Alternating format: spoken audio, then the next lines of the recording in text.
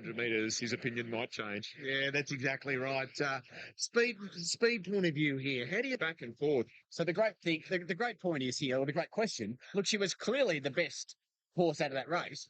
Is that race good enough to come? Business calling the action for big days on Emirates Melbourne Cup Carnival. Good luck to everyone involved. Good luck to the punters.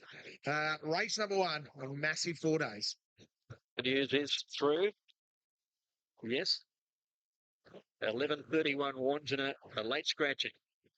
Wandjina out 11:31. And the field is now ready for the Carbine Club. Thanks, Bruce. Wandjina the scratching, and they're right to go now. My world stepping about a little. The gates are off. And Ron's Moss, one of the first to break it. Getting away quickly with Stratum Star. Burning Passion in the red colours. And Kermadec bounced well. And he's driving up towards the lead with our Vesper as they settle into stride now. It is our Vesper who's kicking through to lead after about 250. 2 lengths to Burning Passion, Kermadec. And Manhattan Avenue just ahead of her. Coming down the side now. About 900 left to go. Our Vesper by about a length and a half to Burning Passion. Manhattan Avenue on the inside of Kermadec sharing third and fourth.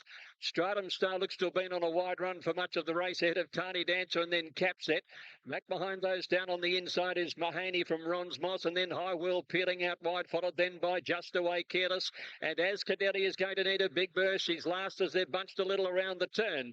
In the Carbine Club, our Vesper's going to be the first for the judge. Straightened up narrowly with on the outside Burning Passion and joining in is Stratum Star on the outside. He finds the lead a good way from home. Then Capset followed by Kermadec trying to work home, and here's High World coming on as Cadelli. She's got out into the clear with Careless there, the widest runners. Stratum Star down to the 200. He's going to have to be as brave as we've seen of him. He's a length in front of Kermadec coming home, and then High World, Manhattan Avenue. Stratum Star, Kermadec coming home on the outside. Kermadec race to Stratum Star, and Kermadec beat Stratum Star by a head. 3 lengths away third, Manhattan Avenue from High World.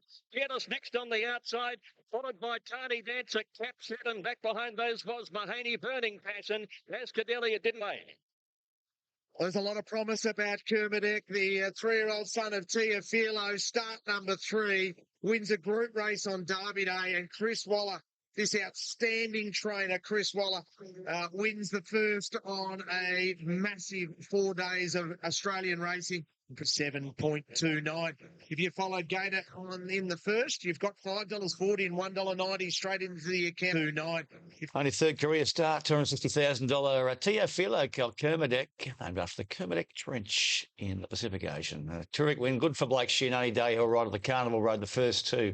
Obviously a colt as well. All 3 of our horses yesterday on the right day were all colts. So I think he's a classic Guineas horse. We've got 2 to choose from. The Group 2 Racing.com Wakeful Stakes for the 3-year-old fillies over 2,000 metres. Abduction $3.20 into $3, and Fontaine Ruby $3.30 out to $3.50. They're the key market moves early. As we have a look at the runners in saddle. Career off at the runners in saddle. Career off fillies worth $300,000. A great race in its own right. Often used as a lead up towards the Oaks, though. We've really seen that move for Abduction be reflected on the totes now. She was $3.20 into $2.90. The totes trimmed. And Abduction just began fairly. Verbalicious to the inside and Fontaine Ruby deep out. With going forward, Muscovado in the middle looking for the lead, or certainly at least a part of it. And they're the 3 early leaders. Fontaine Ruby pressing on from very deep out is going to cross over in front. Fontaine Ruby doing a lot of work out there. Yesterjoy just keeping her going that little bit, holding second, and Verbalicious is on the rails. Muscovado settled down fourth. A couple clear then from Savage Coup, who's down on the inside of Duchess Candelara, a long way from them, with Thunder Lady on her outside, and then Lady McCann, and back last on the outside as they approach the home turn was Golconda. So they're running down towards the bend now, about 600 metres left to go, and out in front Fontaine Ruby from Yesterjoy. Now moving up on the outside is Abduction to get a little handy to them in the Godolphin Blue. Just behind these is Muscovado, Verbalicious on the rail, and then Fenway. Hipster Girl's been deep, but she's putting in the run on the outside. They come around the home turn. Yesterjoy in the blinkers on the outside. Abduction and Fontaine Ruby.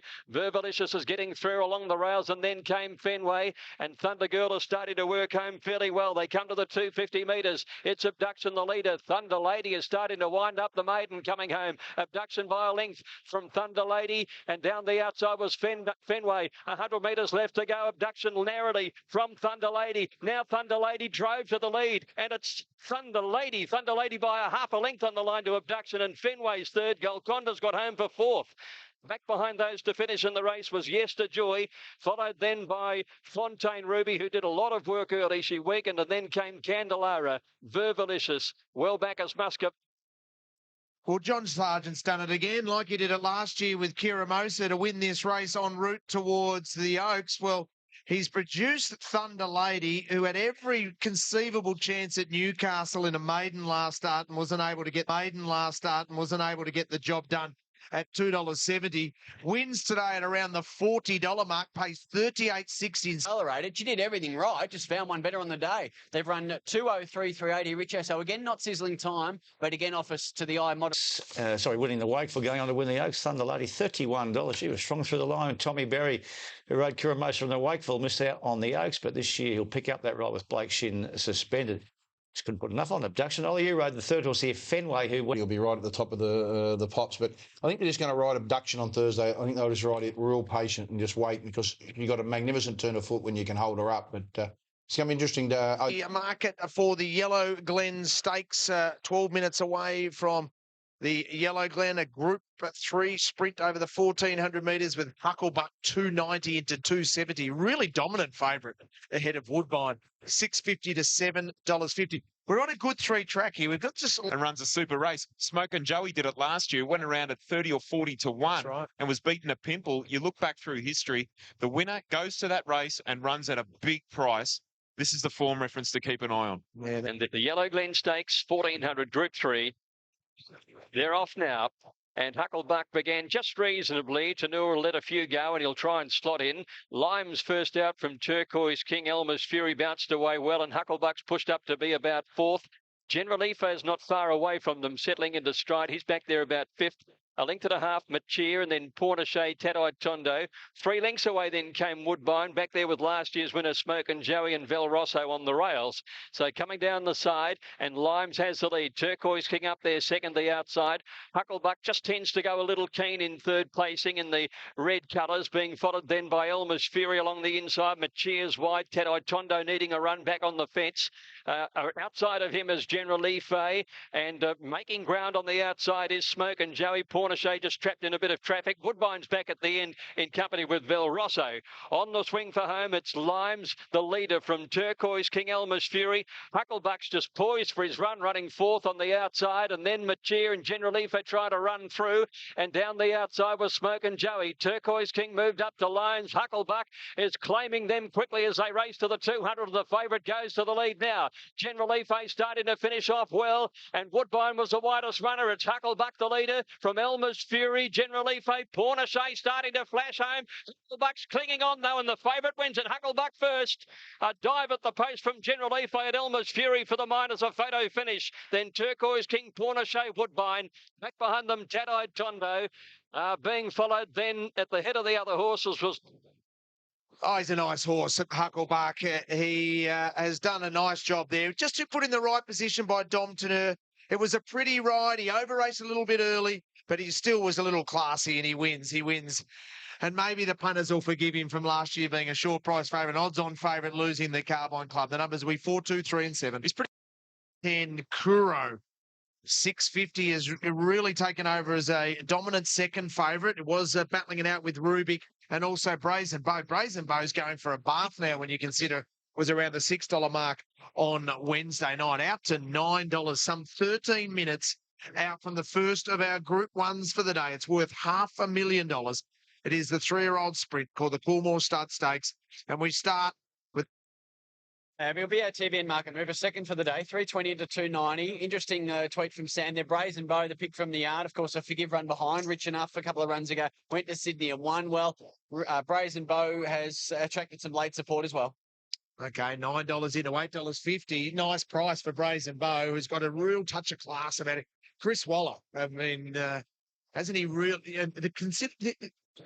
They're off. Rich Enough got a flyer, one of the first out. A loping began with him. Time for War got away well. Scissor Kick jumped nicely. Brazen Bow just off the speed with Armada ahead of him. They split into a couple of divisions here with Rubik leading down on the inside ahead of Earthquake, and just in behind them Nostradamus and Inkling, but the outside would have the lead. The Flying Eloping's out there with Rich Enough and A Time for War. Just in behind them is Armada, and they're followed by Scissor Kick closer to the middle ahead of Husson Eagle, and back behind those horses at the head of the others, Brazen Bow trying to work his way into it. They come towards the 500 metres. Down on the inside, still Rubik shows the way ahead of Earthquake and Nostradamus. Out on this side, it's eloping still from Time for War. Rich Enough still with something to give. Brazen Bow's going to come the widest, and also Scissor Kick closer to the inside. Earthquake went to Rubik down on the inside as they went to the 300 metres. On this side now, Brazen Bow's coming with a barnstorming run ahead of Rich Enough, and Kuro starting to come.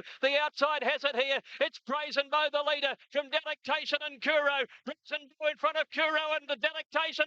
Brazen Bow in front, and Brazen Bow's won it from Delectation by a length of neck to Kuro. And they were a long way in front of Armada, eloping, Husson Eagle and Rich Enough. Earthquake beat them home on the inside, but they weren't in the hunt. Ahead of Gibberlines and Scissor Kick, Bring Me the Maid. Further back in the field to finish then was eloping, who gave a good sight before weakening. Nostradamus, Rubik found it a shade hard. Back towards the end of the field, A Time for War, and Galaxy Pegasus didn't come into it, nor did Inkling. He is the Magic Man, Joe Moreira, and the Magic Man, Chris Waller. He trains the Quinella in the first of the Group 1s on Derby Day. He gets an early double. He's the dominant trainer in Sydney. He's becoming the dominant trainer in Melbourne. Especially as you're going home with a winner. I mean, it's a lovely horse. He's done everything right today, and he couldn't make my day any better. This horse, he looks like he gave you a dream ride. You tucked in behind them, got away from the wind early, but when you wanted him, he tracked up into the race. Yeah, you know, he jumps brilliantly. We didn't really want to be too close from the race because we thought the pace of the race was going to be quite quick. But as you said, once I pulled him out in a clear run, he just gave me everything he's got, and he got there easily. So, just an exceptional talent, isn't he? He's rounded off and beaten a red-hot field of 3-year-olds decisively. Terrific win, terrific future. The 9 by her, but clearly things have changed. The Colts have now taken over from the fillies. And you look at a couple of those horses that you touched on, the winner being the key one of those, Brazen Bow, and also Husson Eagle there, who most will be saying, Husson Eagle, how's it ran? Well, this race has been very nice to you. It certainly has, and both obviously Colts. So this horse, look, look at him when he comes back. I've purposely just kept him under the radar a little bit last week. And, it's magic. Drew the right side of the track. Was a Waller 1-2 here. Moreira beats Oliver here, though. Brazen Bow beats Delectation. Great result for a big bunch of owners from Queensland. The Gold Coast on track thoroughbred. Chris, and you've done some thinking with this horse too to get him to be peaking on Derby Day. Yeah, I think more the thinking was don't panic. We knew that we had a horse good enough, and we had a very wet spring in Sydney, which ruled him out of the Golden Rose. We changed track and thought the best race for him was up the straight at Flemington first up, but I just don't think he was quite prepared for it. He simply wasn't. Similar path to Zooster. Did he teach you last year? Almost identical, except he worked better on the Friday morning before. So, both very good colts, exceptional colts. This horse will he be the next Zooster? Hopefully, we get a longer lifespan with this horse, but. Look, Rich Enough is only one that surprised me, but he's total forgive after what he did in the Caulfield Guineas prelude and then the Caulfield Guineas. But look, the first three are pretty smart horses. Even Delectation, you can ask. Waller took this horse down, run him in the Danehill. He was far too fresh there. He took him back home. He won the Roman Consul with him. He brought him back here. Give him another look down the straight. This horse, his whole preparation has centred around this race. And it was an amazing achievement. He beat his stablemate, the gelding, Delectation. Thorough, he's had a hard preparation, and he was terrific there. And the three Sydney horses just cleared out from the rest. It was 6 lengths to the next one. And that was a tough race. Sitting behind him, had a sitting shot on him and had cover. Look, a brilliant stallion-making race. That horse will be a stallion, but I have to make note of I Am Invincible.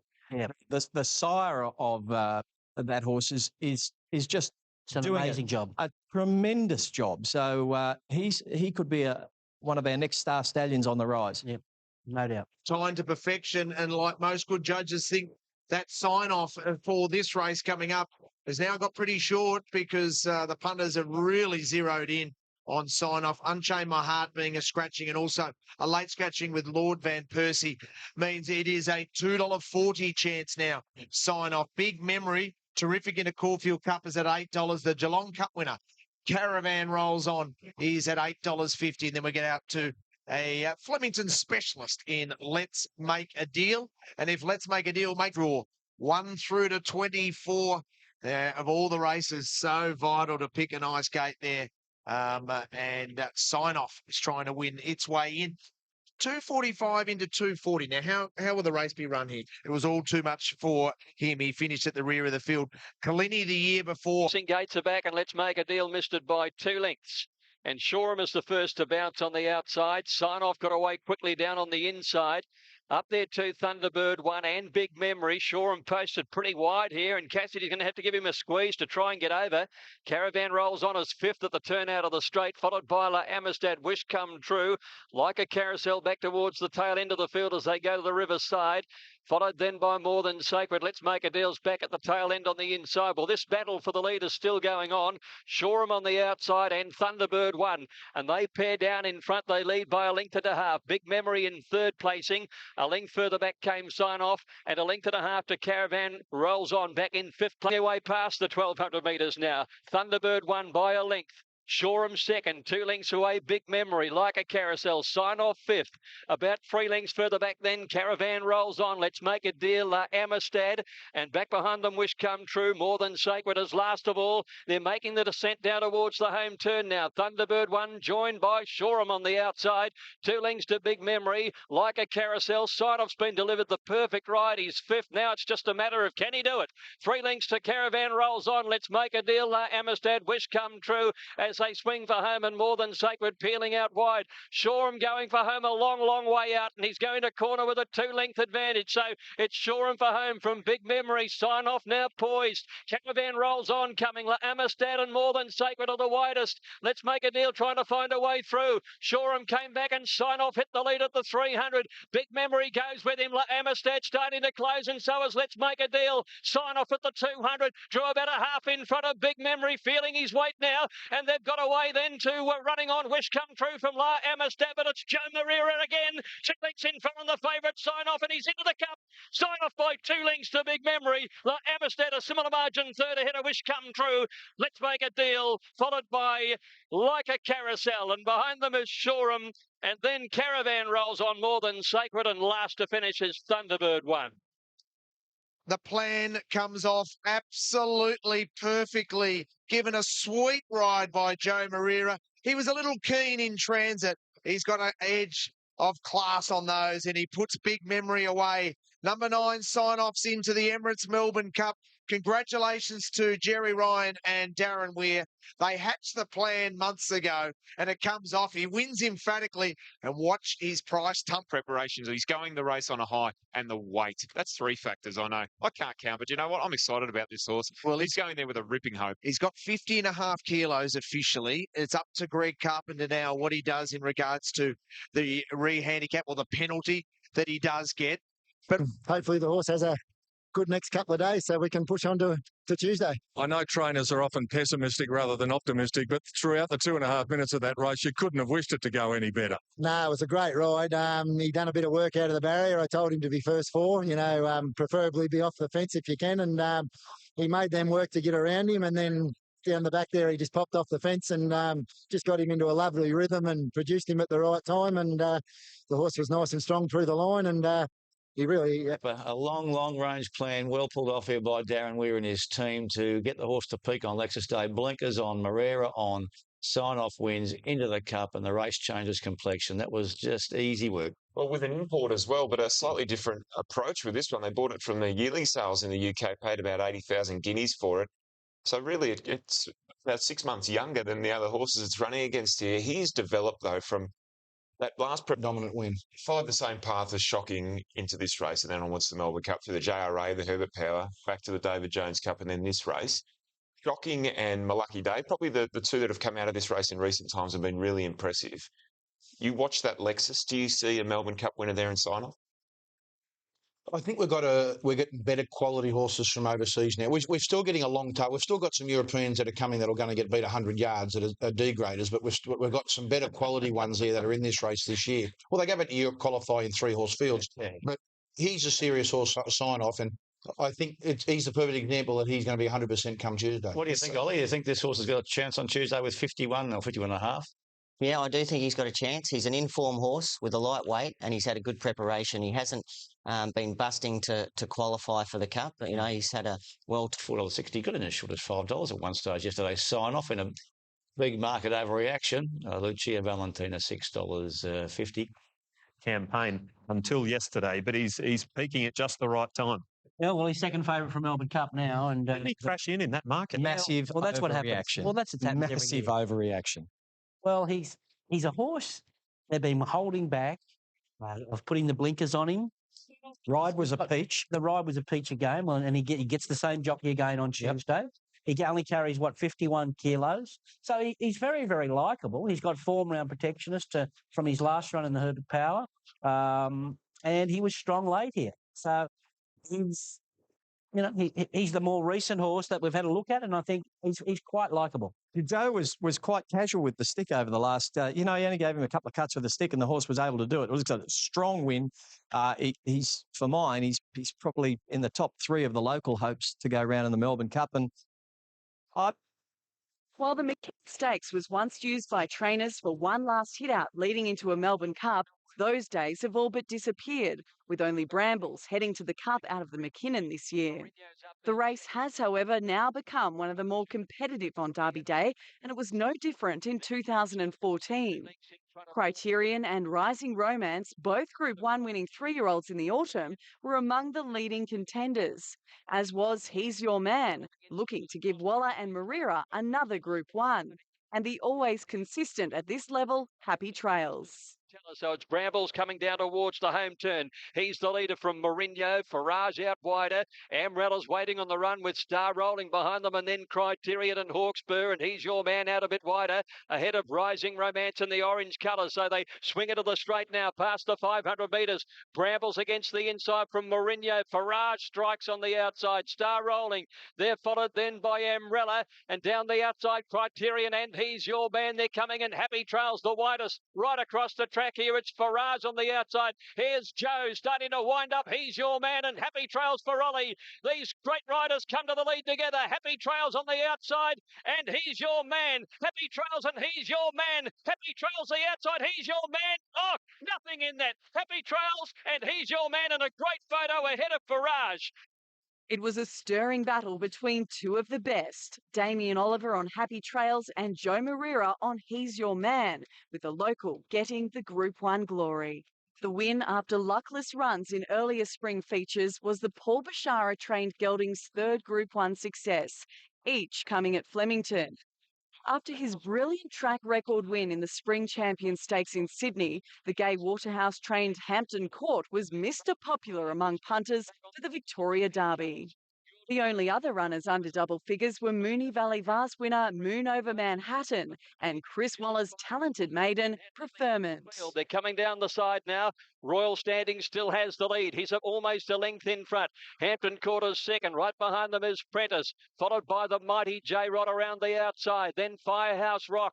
Behind those is Nozomi pushing into a place, and then Atmosphere getting up on the rail. Bondiga's trying to find his way clear, and Magic Cool is right around the outside. Hampton Court goes to the lead. He's found the front a long way out in the Derby. Leads from Royal Standing. Running on now is Nozomi, presenting with a beautiful run, and Atmosphere's got up on the inside. Here's Magic Cool starting to come on the outer now, and Preferment and Bondiga are putting in runs. They come to the 250 metres now, and it's Nozomi who claimed Hampton Court, who's gone. Magic Cool Waller's running on, and Preferment and Bondiga are still coming up the middle of the course. Nazomi the leader, but Preferment and Bondiga are flying home. It's Preferment and Bondiga racing to the lead together. Preferment on the outside. Ollie's done it again. Preferment by a head to Bondiga. Close for third, probably Nazomi from Light Up Manhattan, who flies home to make a photo finish. While winning Group 1s has become almost monotonous for Waller, this one was a little different, as it was his first success in the Victoria Derby. For Damien Oliver, it was a fifth victory in the Blue Ribboned Classic, and he was quick to declare Preferment a genuine Melbourne Cup contender in 2015. The fourth and final Group 1 on a day considered by the purist as the best day of racing in this country was the Maya Classic, over a mile for the mares. Maze Dream creeping into it out wide in the right place as they come to the turn. Nina Rocks over on the inside when they corner in, and then Solicit, Politeness and Estonian Princess into the straight. You're So Good and Girl Guide. They're the two leaders, and they're three in front now from Forever Love. Sweet Ideas under the whip. Down the outside, Catkins and Maze Dream is coming, and Nina Rock is getting up along the inside, still finishing it off. And here's Solicit producing at the 200. You're So Good, Girl Guide, Nina Rock, and now Catkins is coming with Solicit. Don't know where to look here. There are many chances. Maze Dream and Benaria is flying home. Girl Guide, Benaria out wide on the course. Catkins, Benaria flies the best. Benaria gets up to win. Benaria scored from probably Sweet Idea. Catkins for the minors. The leading lights were there again. Catkins, Sweet Idea, Solicit, and the favourite, Australasian Oaks winner from the autumn, Maze Dream. It was an emotional win for 73-year-old trainer Pat Highland, who still rides Benaria every morning. He admitted that while he's had some good fillies and mares over his career, this one was his favourite. Who won the Melbourne Cup? You're not an Australian, are you? Mind you, most of those aren't. Shocking with a Kiwi bred Tuesday afternoon. Headed off by the Japanese, of course, back since Delta Blues won it back in 2000. And John Gosden, a great international trainer, participated in Breeders' Cup of the weekend. Gatewood, of course, a Geelong Cup winner back. Who shot the barman? And an Auckland Cup. Au revoir. Andre Fabre, one of the world's great trainers. Horse to go to Peter Moody. Down to opinion for Chris Wallen. Highclere Thoroughbreds, world famed Maya Acti on Tuesday. Let's get through them. Shark, your top four for Tuesday. Domo Arigato, Mr. Roboto. Admire Raki to do it for Japan. I've been with him since, well, let's say August, and I'm not getting off. Faulkner, I think he's there to run the race of his life. Mutual Regard and Japanese Babendo, of course, didn't run the Caulfield Cup. Admire Rakti, defied what was a slowly run Caulfield Cup. I think he'll relish 2 Mile. I got him on top. Mutual Regard, Ollie's a big plus. Sign off, as you just said. We can go back to back in the Melbourne Cup. He's riding in terrific form, and Mutual Regard is a horse that I'm quite keen on. To beat Faulkner, Admire Rakti, and throwing in Red Cadeau. Sign off also the trip. 22, Lucia Valentina. You know how far it is. Yeah, I'm well aware of. Yeah, Admire Rakti, obviously. Janu, Best Roughing, Protectionist, and a few others in the Little Trizy.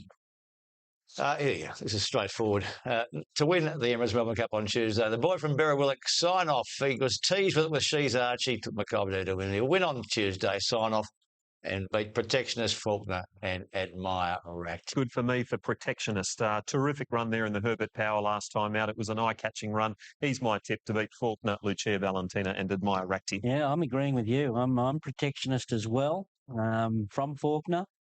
Admire Rakti and Lucia Valentina. So we got this first four could be easy. Oh no! Oh no! Don't do it to us. I've gone to Protectionist as well. Goodness me. Protectionist will beat Admire Rakti. I love Admire Rakti. I can't split them really. Going on. Lucia Valentina, she keeps making a fool out of me, so I'm going to put her in for third. And Mutual Regard, Best Roughing. Well, they say weight stops a train. I think we could as well. I've got Protectionist on top as well. I think he's the clear winner. Sign Off, I think he's got a sense of timing about him. Faulkner as well. And my ambivalent, very impressed with the way Roger Varian was talking about her this morning. But I think it'll be Deutschland, über alles on Tuesday. I simply believe that there's been 6 of us on and we've all tipped the same horse. If I could change mine right now, I would.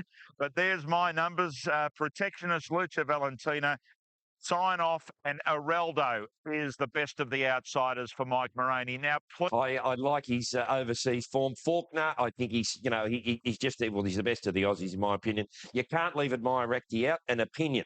I just think, Admiracti and Faulkner. But here is the market for the Emirates Melbourne Cup on Tuesday. Admiracti $4.60, Lucia Valentina $6.50, Sign-Offs at $7, Protectionist $7.50, Faulkner's at $9. Trophy worth $175,000. And the market has Admiracti, the Japanese, at $6.40 is the fave. Ahead of Faulkner. Protectionist is solid in the market as well at $8.80. Seismos for Marco Body at $47. Chris Waller, he has 3 runners in the race. Janoob is at $27. Red Cadeau's been runner-up twice, is at $16. 2 runners for Johnny Murtagh. Au revoir for the OTI team at $67. Ladari for Peter Moon, but just not this standard of race, is at $56. And can Sign-Off do what Shocking did and win the Lexus and then win the Melbourne Cup? I'm joined by, unfortunately, just the 22 runners, of course, with the 2 scratchings, with Cavalryman coming out and, of course, Sea Moon as well. First run in 1862, we have a market mover here for the Emirates Melbourne Cup. Well, they've backed a few, as you'd expect. Admiracti, the official fluctuations are 6 into 5.5. There's been good money for Sign-Off down the bottom too. Protection's just a slight drifter. Faulkner's held solid 8. Incredible, absolutely. It is incredible, this race. Look at the win pools there. You add them all up, it shows, plus what's going on at all the betting agencies around around the world. Over 150 nations are tuning in for the Emirates Melbourne Cup. The cup field on its way. Janoob and Unchained My Heart were the first couple to bounce on the inside. Faulkner got away well. Mutual Regard jumped quickly, so did Who Shot the Barman. Areldo immediately over their heels, crossing towards the inside. Speed out wider was Mr. O'Kieran. Willing Foe. Sign-Off going towards the middle of the pack in the early stages. Out very wide as Brambles, and Au revoir in the blue cap as the deepest runner. Precedence has gone back. He's last of all as they settle into stride. Admiracti had got away well, and he's up there with My Ambivalent. So they're the 2 leaders. My Ambivalent pulling hard on the inside. The leader from Admiracti, and 2 lengths away in third, Royal Diamond. Faulkner's got over 4th today, beautifully positioned. And then Janoob, Ladari, Lucia Valentina, Willing Foe caught a little bit deep there from Who Shot the Barman between horses. Then came Brambles on the outside of Unchained My Heart, Mutual Regard, Au revoir wide around Red Cadeau, Protectionist and Opinion. They're being followed further back by Sign-Off. Next on his side, inside was Areldo as they sweep out of the straight. Gatewood towards the end. Then Mr. O'Kieran, who's caught out very wide. Precedence is back second last, and Seismos is last of all as the Emirates Melbourne Cup field starts to stretch out because My Ambivalent wants to run, and she leads by about 3 lengths. Admiracti is holding down second, about 1.5 lengths to Royal Diamond third, and they're a long way in front, about 4 lengths clear then to Faulkner, and over on the inside was Janoob as they run up the riverside. With those as Brambles, 1.5 lengths further back, Red Cadeau, who's deep out and he's on the move. Being followed then between horses is Willing Foe. Ladari's on the rail, and Au revoir is also posted out quite wide as they run up towards the 1400. Then came Sign-Off, his midfield at the moment. Being followed further back then by Who Shot the Barman, down on the inside of Gatewood, improving his place, and then Lucia Valentina, Mutual Regard and Opinion. A length Protectionist, Areldo well back, followed by Unchained My Heart. Back to the end as Precedence in company with Mr. O'Kieran, and Seismos was still last of all at the 1,200 metres. And the leader is still My Ambivalent by 2, Admiracti, and Brambles had gone up into third placing, followed by Royal Diamond, Red Cadeau.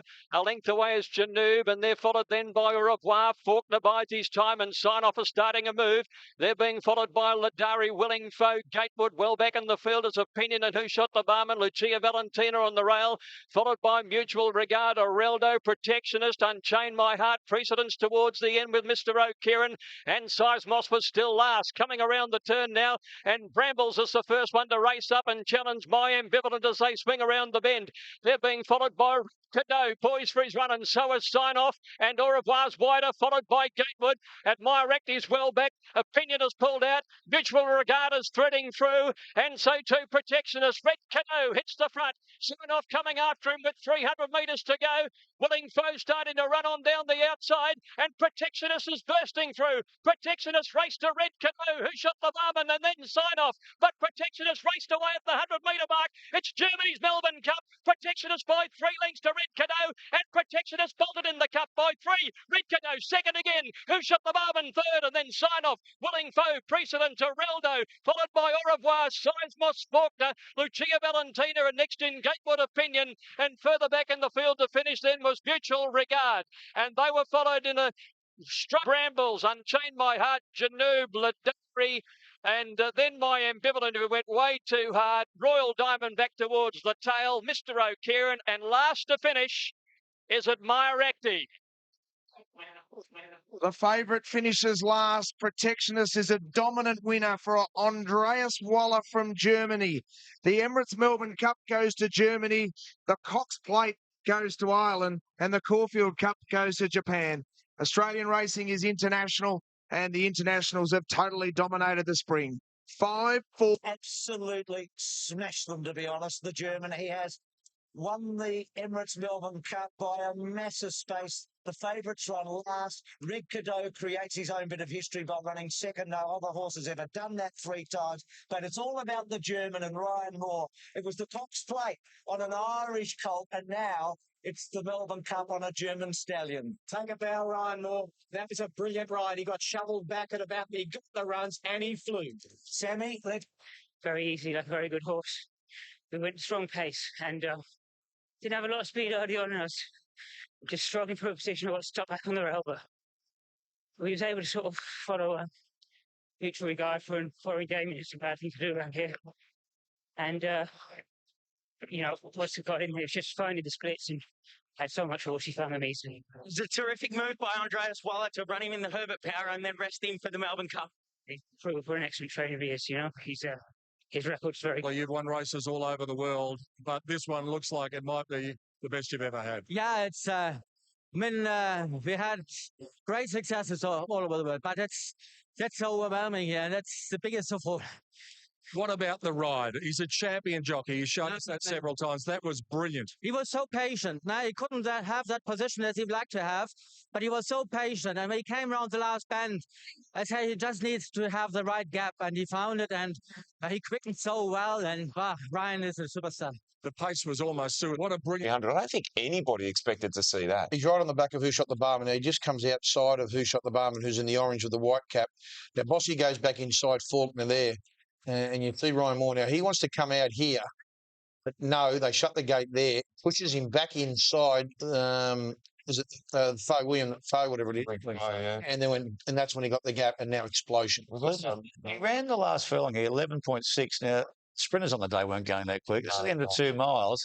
Obviously, Red Cadeau was fantastic. Bossy gave Who Shot the Barman and Mackay Diva a ride. Peach of a ride. But look at the ever-widening margin here. As good a Melbourne Cup win as you've seen since one of Mackay Diva, I'd say. Absolutely brilliant, wasn't it? Just incredible to see him power away like that. And the challenge now for Chris Lees, who inherits this horse, is, okay, he's got the strength at 2 miles. He's got the turn of foot. We saw that at the end of 2 miles. He's now got to sharpen him up and get him back to perform at 2,000 and 2,400 metres in that same vein. Before the Melbourne Cup, Chris Lees had the back of his mind, he'll be the ideal Sydney Cup horse. Well, that's off the agenda now. 105 kilos. That's what I mean. Like, that's now off the agenda. So now he's really got to look at races. They're the stars. Sign Off was a horse you were big on, Bruce. I thought he ran a really bold race. He's still very lightly raced too, isn't he? He's only about start number 14. Yeah, the win's only at 10. You can't knock the Sign Offs. You know, he was fantastic. Well, Sign Off will be handicapping again next year, whereas Protectionist won't, so that helps him. What about, of all that Reddy Cadeau, of all the good protectionists, Who Shot the Barman, Sign Off, what about Reddy Cadeau? Oh, he's a marvel. He's a 9-year-old. He loves it. Running second.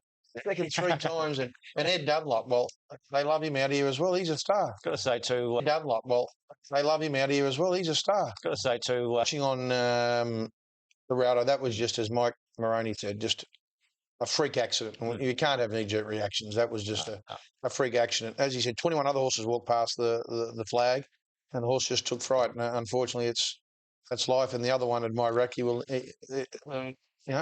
focus. Hard focus. A young man died in Sydney to surf just prior to the winning post. They're elite athletes, and they're on the precipice. And just on the hysteria thereafter, if you saw the connections, well, Matt Hoysted, who looks after Araldo, when they put the horse down, he wanted to, and they've got a photo of him for his own sake, of him lying down with the horse for 10 minutes just to say goodbye. The Admire Acti team were in absolute tears when they talked about I know there was photography. Off coming after him with 300 metres to go.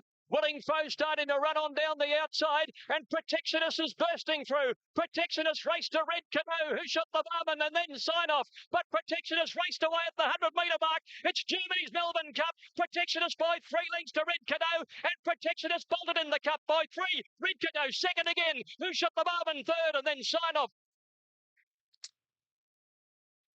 What a win. What a win in this year's Cup. Protectionist Ryan Moore on board for Andreas Waller. Only one previous start in Australia. That was that very encouraging fourth in the Herbert Power Stakes. The first German horse to win the Melbourne Cup and one of the more dominant Melbourne Cup wins we've seen for many years, Ron. German? He's a Novocastrian, and great to see a Novocastrian. Well, he's trained by Chris Lee's Newcastle now, That's so right. he will be. In years to come, we'll say it's the Newcastle horse that's won the Melbourne Cup, and might even take 1 year, I reckon. But what a star he is. What a great ride by Ryan Moore. Just put him to sleep on the fence. He found the fence. He just did everything right. And how strong was he? Be interesting the next move they make with him. There's a whisper around that and we might even see him at the championships. Hopefully we do, because he is a real... What else would they do with him? Well, you know, they've got the Singapore Cup. Australian Cup. They've got Singapore. Okay. That's a carrot before him. And look, So he could race in Melbourne timing. overseas, I think but the not Sydney. timing. They're worried about the timing with him, but What he's about the world? What about the Dubai? The There's a lot world of is at options. this horse's feet. This is perhaps the most dominant win in a Melbourne Cup I've ever seen. The margin was huge. I think it was the biggest margin on a dry track since the 90s. Do you think the depth was there in the field? I know they've run fast time, but you don't put everything into times, and especially on tracks that have been playing. That's a good question. We'll wait and see on that one. But this is a beautiful racehorse who's got the world at his feet. Ryan Moore had 2 previous rides in a Melbourne Cup and slaughtered them both as far as I was concerned. He produced the ride to end all rides. That was an absolute cracker. That was the Ryan Moore everybody from Europe tells us about. All right, let's have another look at him here. And let's have another look at him here. And what about Red Cadeau? Just as we have a look at this replay, he's run second in 3 Melbourne Cups. Amazing. Incredible. I wonder if he'll come back next year and have another. Well, they're saying the Sydney. They might go to Hong Kong and bring him back for a Sydney Cup. So I don't know. I love him, Red Cadeau. He's a beauty. Sign Off is next year's Cup horse. He's probably, I know it doesn't fit in your profile. He's at his go. He is work in progress. And what about precedence? Even Who Shot the Barman was getting away That was a from classic Sign Off Boss in the end. ride. Another great ride from Boss, and I was in the staying race. He's a Glenn Boss. No one rides staying races in this country better than him. Perhaps Hugh Bowman's there with him and Ollie. You know, there's a group of them, but they're the ones. And he did another beautiful job again. Who Shot the Barman? There's your Sydney Cup obvious one, isn't it? Because you get a soft track and he likes that too. Yeah, he handles all sorts of conditions. Aftermath to the Melbourne Cup with the passing of Admirarakti and also Araldo. So we lost 2 horses there out of the Melbourne Cup. The chief steward in Victoria, Terry Bailey, is joining us from Flemington this morning. What unfolded was tragic. Many people outside the racing game blew it up probably more than what the racing person did. We can understand that these things tragically do happen as a part of racing. Well, one was a freak accident, and the other one is you know, Admirarakti is something that we very rarely see, and to get both of them basically on our grand final day after having such a well-run cup, interference-wise, we went from up there to down there very quickly, you know. Just on Admirarakti, before the boys jump in, the horse came back after the race. Can you just take us through briefly what unfolded and the vets did as much as they could possibly do? Oh, look, absolutely. We've got communication with our vets, and the horse had only just gone past the winning post, and you know, I was on the radio to the vets to get straight to the horse, basically because it's a beaten favourite. And look, the horse trotted back down the race okay, but by the time it got back to the tie-up stalls, it all went downhill from there.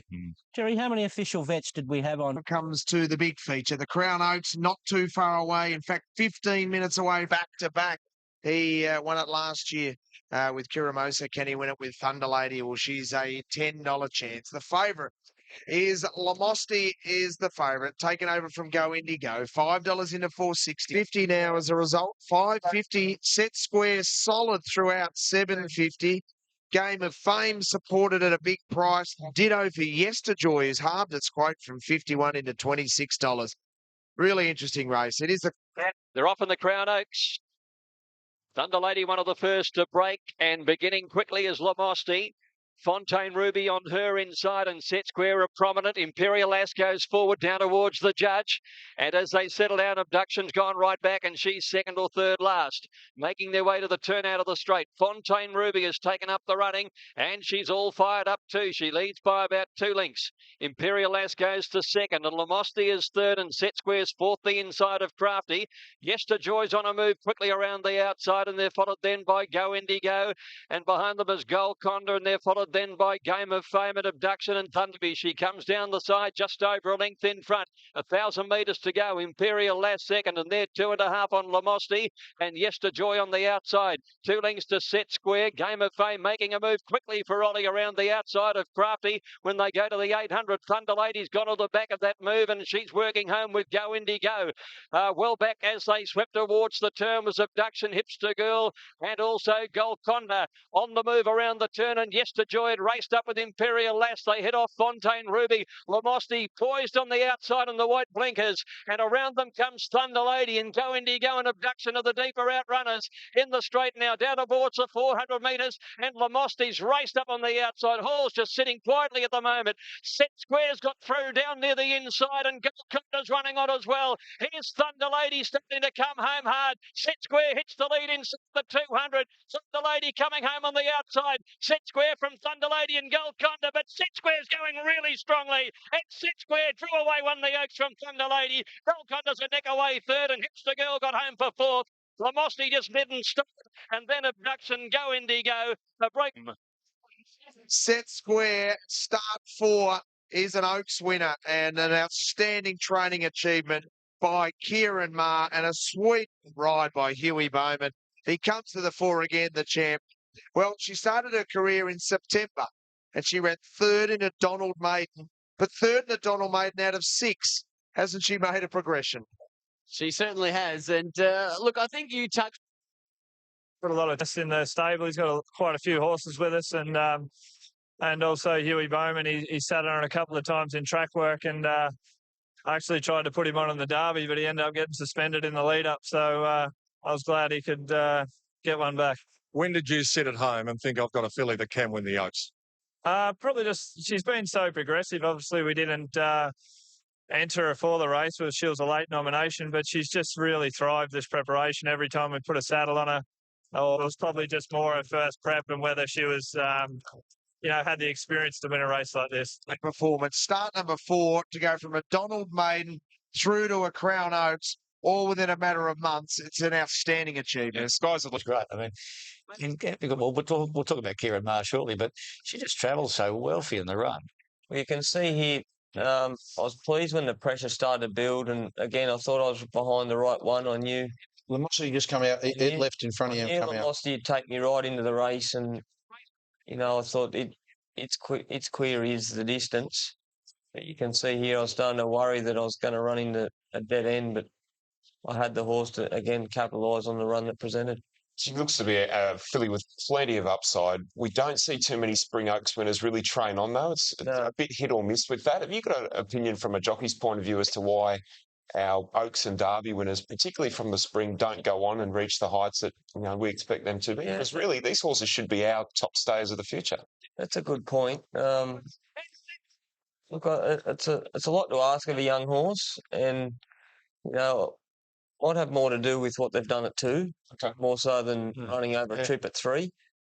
Not that I've ever looked into it, but we do race our horses a lot when they're young, and I think these staying types of horses don't need the racing, especially as 2-year-olds, and this filly's a perfect example. Well, she's done it in one. The Ken King and the big syndicate who raced it. They paid the $50,000 to get there. Kieran Maher is second Group 1. He's a fantastic trainer in here. He's a great trainer, Kieran, and he's only going to get better. There's no doubt. A younger bloke, and from the boy from the Bull, and then he's got the stable there at Caulfield, and no, he's a late entry fee of $55,000 to get her into the Oaks. Hugh Bowman is our guest at Flemington this morning. Hugh, that's a big effort. That was only her 4th start in the race, and she's won a Group 1.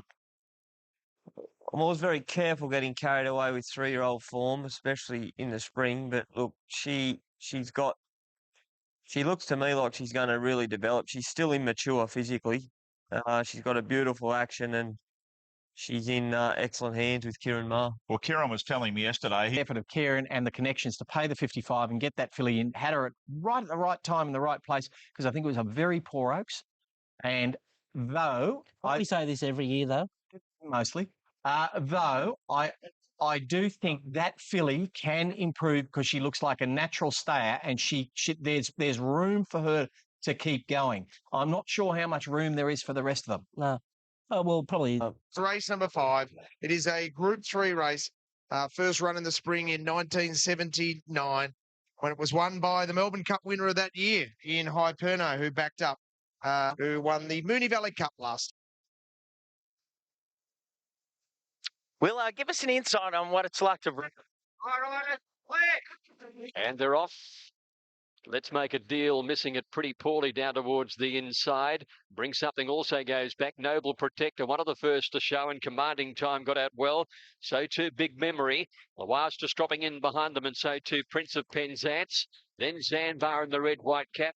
Back behind those horses, then Ali Vital's up about 6th on the rail. So they make their way towards the turn out of the straight now. And Tommy Berry is going on here and takes up the running on Big Memory. A couple of lengths clear to Noble Protector, was still 2 lengths away at the back of the field. So Bring Something is leading down the side. At the 800 metres, Noble Protector just gets a little bit closer, within 3/4 of the leader. Then Commanding Time and Loire, Ali Vital, a half Zanbar, 6 off the leader from Prince of Penzance, who's tucked away on the inside with no run, and then Bring Something and Let's Make a Deal. So they're on the swing now. 550 metres to go into the straight, and Big Memory's going to straighten up narrowly from Noble Protector, and Loire comes on 3 wide. So they've all had good runs, and then Commanding Time followed by Zanbar and Prince of Penzance starting to work home near the inside. 300 left to go, a line of 3. Noble Protector the middle, Loire the outside. Big Memory kicking back now. Prince of Penzance gets over their heels, and here he comes.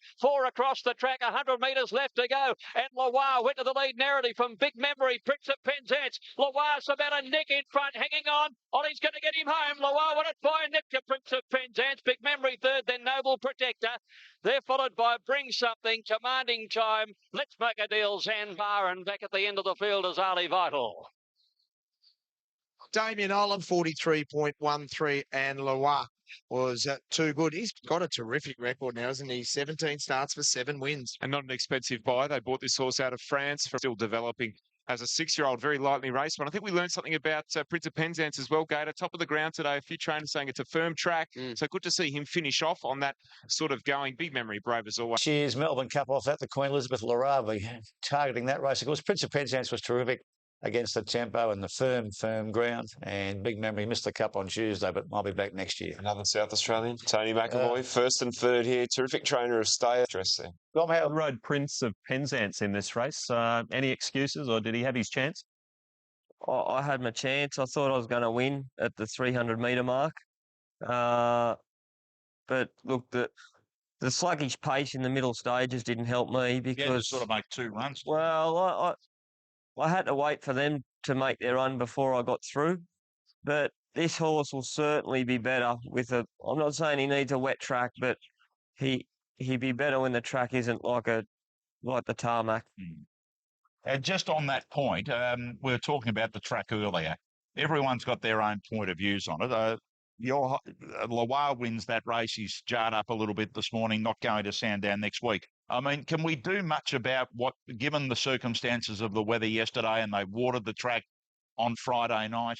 Look, I'm not going to be critical of track many. You know, everyone's got a job to do. Crowds here at Flemington on a very warm day. Mick Goody and his team put a lot of irrigation on.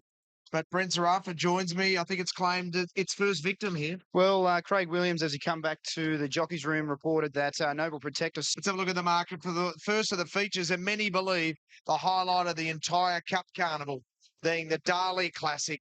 If you like Chautauqua, $2.60 is available for him now. Lankan Rupee at $5.50, the highest rated sprinter in the world. Slade Power over from Europe at $8, and then we get to double figures the rest. What a race this is. The 2014 Dali Classic. Wait for 8. Not only used to the big crowds and the tight confines of our mounting yards, but also the heat. 260 to 250 Chautauqua. Pick of the yard for Sam Hyland. be forgiving of his spelling there. The poor guy's on horseback trying to do it all. He thinks that Chautauqua is the pick of the yard. 260 has been smashed now, Gator. The money's come for Chautauqua. They're believers as well. The punters 260 into 245. It'll be our TVN market mover, Chautauqua, the rising star. Well, they're loading quickly. They're away. Slade Power missed it by almost a length, and Lankan Rupee away with a flyer with Platelet and Driefontein. Temple of Boom bounced away well and buffering away very fast towards the inside. But it's Lankan Rupee who goes to the lead now with buffering on his inside, and then Driefontein. Platelet next fourth over on the outside, being followed Moment of Change. Back behind them, Temple of Boom as they settle fully into stride down towards the inside, and they're fairly tightly bunched. Temple of Boom is followed by Cluster over on the outside, and then Terra Vista. Sidesteps a good way back in the field. Slade Power's got up to be about fourth or fifth. Now let's see as they run down towards the 500-metre mark. Chautauqua was buried away over on the inside, trying to find a way through. Buffering the leader, 500 left to go from Lankan Rupee. Platelet right up there. Slade Power behind them on the rail for Moment of Change. Chautauqua starting to work into the race now. And then Driefontein, Cluster and Rebel Danes right down the outside. Lankan Rupee moved to the lead now at the 200 metres. Buffering won't let him have it on his own. Here's Terra Vista weaving through, and Chautauqua, they're coming. Lankan Rupee in front. Terra Vista about to claim him, and now Chautauqua. Terra Vista's hit the lead though. Terra Vista in front, and Terra Vista won it by a head. Chautauqua. Lankan Rupee's run third. Moment of Change buffering, followed by Famous Seamus Prebeldane. Behind them, sidestep Driefontein. Slade Power weakens out on the run home, being followed then by Platelet, Cluster and Temple of Boom. Terra Vista wins. He's a star sprinter, and he's come over the top and win. And Chautauqua lost no admirers there. He was held up. He was in a terrible position. He ends up getting off the rail, charging at Terra Vista, just missing. Well, Lankan Rupee, the highest rated sprinter in the world. He didn't give up the crown easily. He's run third, and the defending champion, brave as always in buffering.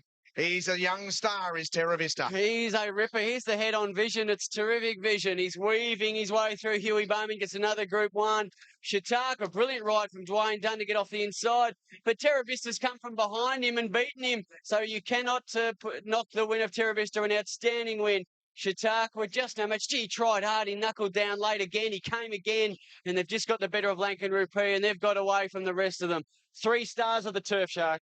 You Bowman, Terra Vista, it was great for you coming from in the field. Yeah, he's a serious horse, this, and he's such a relaxed horse. Joe and I, for the last 2 or 3 preparations, have been getting ready for miles, Doncasters and Epsoms and things in Sydney, but this time we decided to change it around, and Joe in particular said, look, let's try and make a sprinter out of him, and you're going to hear a lot more of him. He'll be the best sprinter in the country come the autumn. And Joe has said that. Joe has said this is the best horse I've trained, or one of anyway. Well, he kept saying it to me when I used to ride him last preps, and he just wasn't. He's going well early on in his preps and just wasn't seeing it through. And as we stepped him up over to the 1600, he just wasn't as effective. So his body shape's different now. You know, he's such like he'd land another major. But these two just too good coming back from off the speed. Look, Chautauqua and Dwayne Dunn, they had to wait for runs. He directed himself off away from the fence, got around heels of Platelet, had plenty of time and plenty of horse underneath him as well. Chautauqua responded beautifully. But you could see back behind, Terra Vista was picking them off just as quickly as Chautauqua was, and ultimately picked. World class, there's no doubt about that. He didn't have the run I thought he was going to have. I thought would be a lot closer. Saw him back there. I can't say I panicked, but I wasn't exactly happy where I was. But well, that's why you put blokes like Huey on. He just judged it to a T, came through the guts, and when he burst through, no one was going to beat him. 2 wonderful horses out in front of him, though, Buffering and Lankan Rupee, who'd had a good run in the race. Yeah. But to finish off the way you did, it's just a testament to his ability. He's an amazing horse, you know, and he's only at the start of his peak, if you like. He's going to go for the next few seasons. The whole family do it, you know, and just privileged to train this bloke. Can you go on wins from 13? The fallout, the disappointment was the European Raider who arrived here. Hot day in Melbourne. Welcome to Australian sprinting. Yeah, he was very warm, wasn't he, in the yard? That was the worry. He's run. Well, fair dinkum contest going to the best sprinter. No arguments after the event. Terra Vista, this great mare par 4, we'll get to that shortly, upsetting the favourites Chautauqua and Lankan Rupee. No surprise to Joe Pride, no surprise to Hugh Bowman, who rode the horse. Well, yeah, well, the way the track played during the day, I mean, I had all intention. I expected Lankan Rupee to go centre to outside and Buffering to go up the inside, and I thought I'll go out with Lincoln Rupee, but naturally with the track playing the way it did, they all folded to the rail, and that was the beauty about drawing where I drew. I could go either way, and when they all came to the inside, it just gave me a nice smother, and I didn't expect to be back that far, though. Must admit. He's a big horse. Yeah, off day, slow power, sadly. But Huey, just you talk us through it from your point of view. You know where you are here, and we know the other horses. Just talk us through what was happening. Yeah, look, I thought Famous Seamus would be a good one to follow, and he drew beside me, so I was happy to get on his back. But about here, you can see I looked across and I saw Chautauqua, and I could see how well it was travelling, and I just thought it's the one to get behind. So I just changed course, went in, got behind it, and I'd say that was a winning move. But in saying that, you're behind Chautauqua. You're obviously feeling confident that you're going to come from behind him and win. Well, look, I know this horse, and he's I know we've only seen him once here in Melbourne, and admittedly his form in Sydney isn't at this level, but having ridden him, I knew what he can do, so it didn't worry me. As long as the horse was comfortable, I knew he could pick off anything in front of him. What about the 250? Did you expect platelets? Now Chautauqua, Terra Vista's hit the lead though. Terra Vista in front of Terra Vista. Won it by a head. Chautauqua, Lincoln Rupee's run third. Terra Vista, big performance there. Hugh Bowman and Joe Pride claiming a Group 1. 108.79 was the time. Terra Vista has won 9 out of 13, so he's got a terrific record. And Hugh Bowman this morning on Racing Retro, the best sprinter that you've been on? I think so. I mean, I've ridden buffering. I've had a bit of luck on buffering before. He's probably up till now, he's the best I've ridden, but this horse is untapped. Yesterday going in, horse probably didn't jump as quickly as probably what you expected? Not really, because my plan was to ride him a bit quieter, being a straight race, especially the way the track was playing.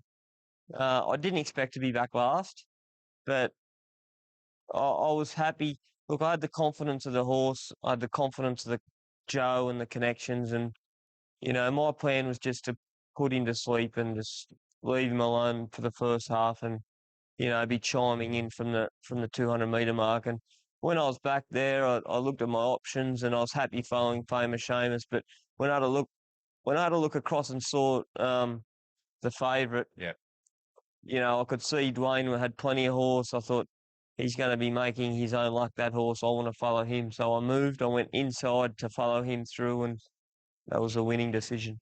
He was 2 for 2 down the straight before yesterday. He was gallant in defeat. Yeah, look, he's weight for age, third up there. He's a raw talent like the winner, and I don't think there's much between them really. He Terra Vista got to him. You think he's going to charge away, and he had another dig at him late. So. Two great rides, first and second. There's nothing wrong with Dunn's ride as well. He just was freakish and everything just happened for him in front of him, but there was nothing wrong with Dunn's ride also. And both these horses, first time at weight for age, have really, really been very, very good. Lincoln Rupee, brave, buffering. Well, that's what we expect from buffering. He was very, very good. But I'd suggest two or maybe three exciting sprinting types there, obviously. I'm trying to work out whether Lankan Rupee's not as good as he was or is exactly the same as he was, and these two have just emerged and are now better. I got a feeling it might be the latter. I think he might be, because he beat Buffering a few lengths and he's beaten all those other sprinters, and that's what he was doing before. Now, he may be better on a soft track. I mean, you put him on a wet track and he may be the dominant sprinter again. Certainly, he's a very, very good sprinter to do it both ends the way he did again. So, I'm not knocking him at all. I think he's a fantastic sprinter. But I think these others have just lifted. If it was a handicap, he would have had to have given them, 4 or 5 kilos each? That's right. That's how good their performance was. They basically met him within a kilo or something and cleaned him up. In his defence, he's had an interrupt. Very firm, yeah. Well, it's been upgraded now to a good 2. Good 2. The track has been upgrading our team on Racing Review at 8:30 tomorrow morning. Now, we're 12 minutes away from the second of the Group 1s. Can contributor this European stretch out on the firm surface today? The good 2. Well, it's a $5.50 into $5 favourite. Hooked and $7 in. Domptoneur is taking the ride on Hucklebuck. Can he get a strong mile? It's going to be strong because the cleaner's going to make it. A real test over the mile here. Sam Hyland's up. $9 into 7. Keeps being backed right throughout betting. And Hook, 7 into $6 go. They're the two that they've really honed in on. Yeah, I hope they're right. Come hard for those two. Hook should get a good run here. He has. And as you can see, the tote price of the cleaner. What a cult hero he is. What a cult figure he is for the punters. 1.2 in the win pool. That's the true market. 6. Speediness jumped okay. Contributor didn't jump well. He missed it almost a length and a half, and Desert Journey went back over their heels in the early part. And the cleaner jumped away well, and he's going for the lead in the early stages. Finds it now from Riverlad, who's come over into second, placing a half length away, and Lebaz is third, and Hook got a lovely trail fourth.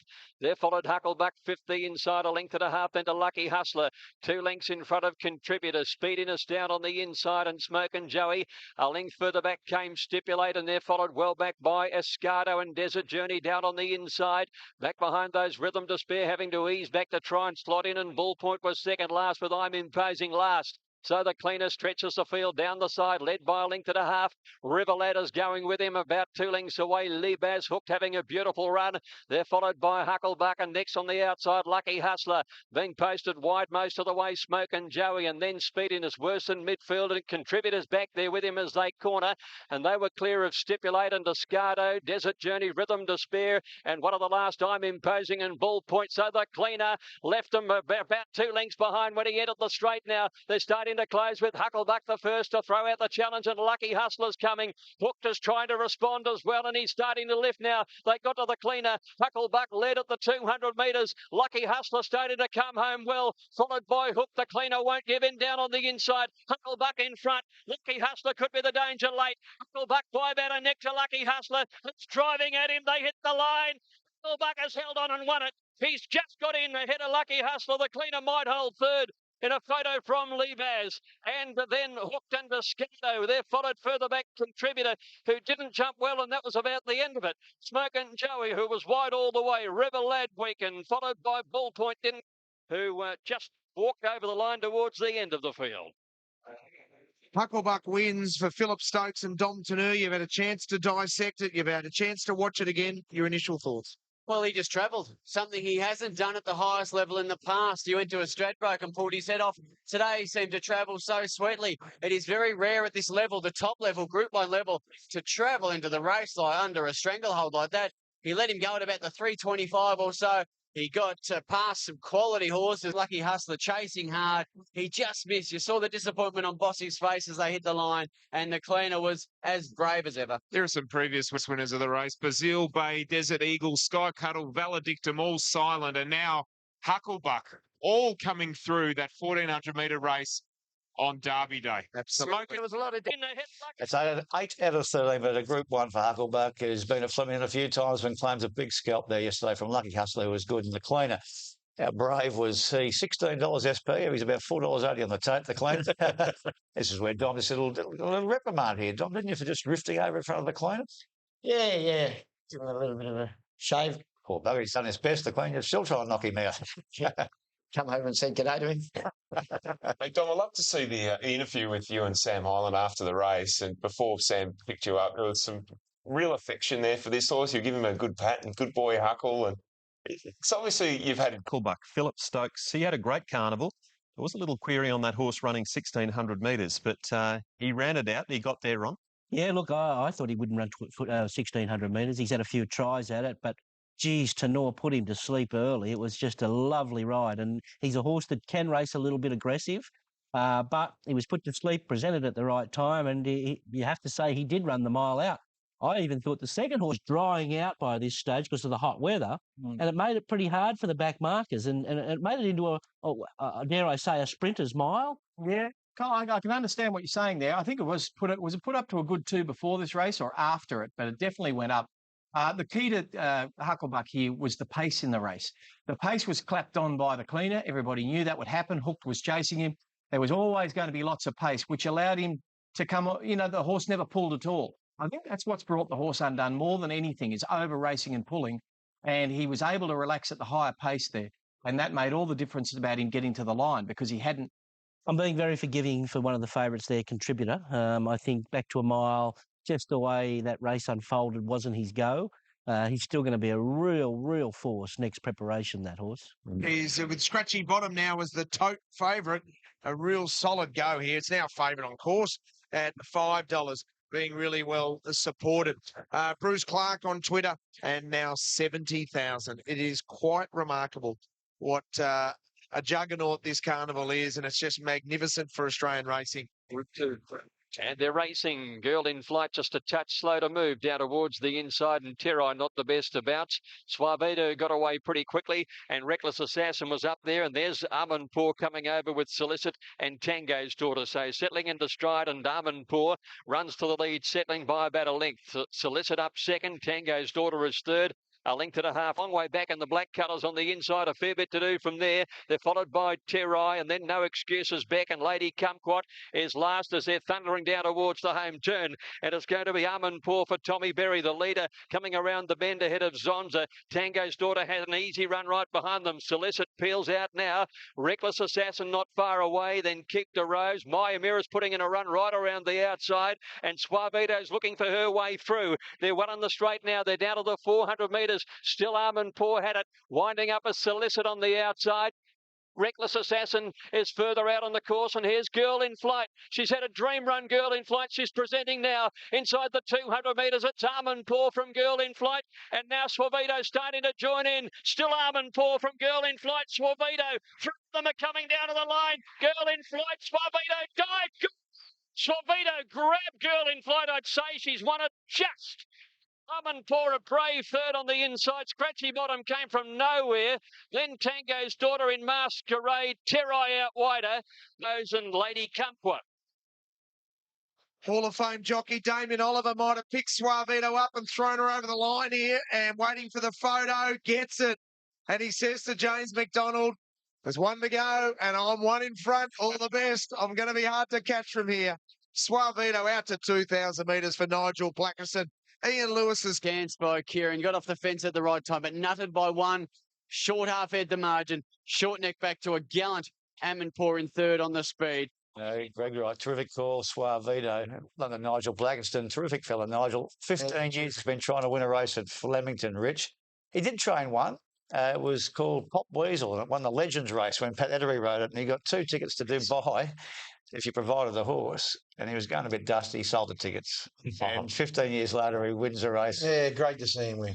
What are you on, Rich? Robbie Griffiths. Why wouldn't it have been great to see Robbie win? Well, it would have been, it would have been, Rich, but he didn't. This is not Richie's bet yet. That's coming up. She's the mare that's 3 starts back. She stood in the barrier when they put the blinkers on her for the first time, and she just wouldn't go. And Nigel's taken her home, and he has to be commended for, in racing, it's easy to be lured by the big, the big carrot at the end of the... Got into a good trainer in his own right. To comment on Damien Oliver, geez, he rode some good races. I mean, this was just one of half a dozen absolute peaches that he produced over the carnival. He was the Victorian star of the VRC carnival.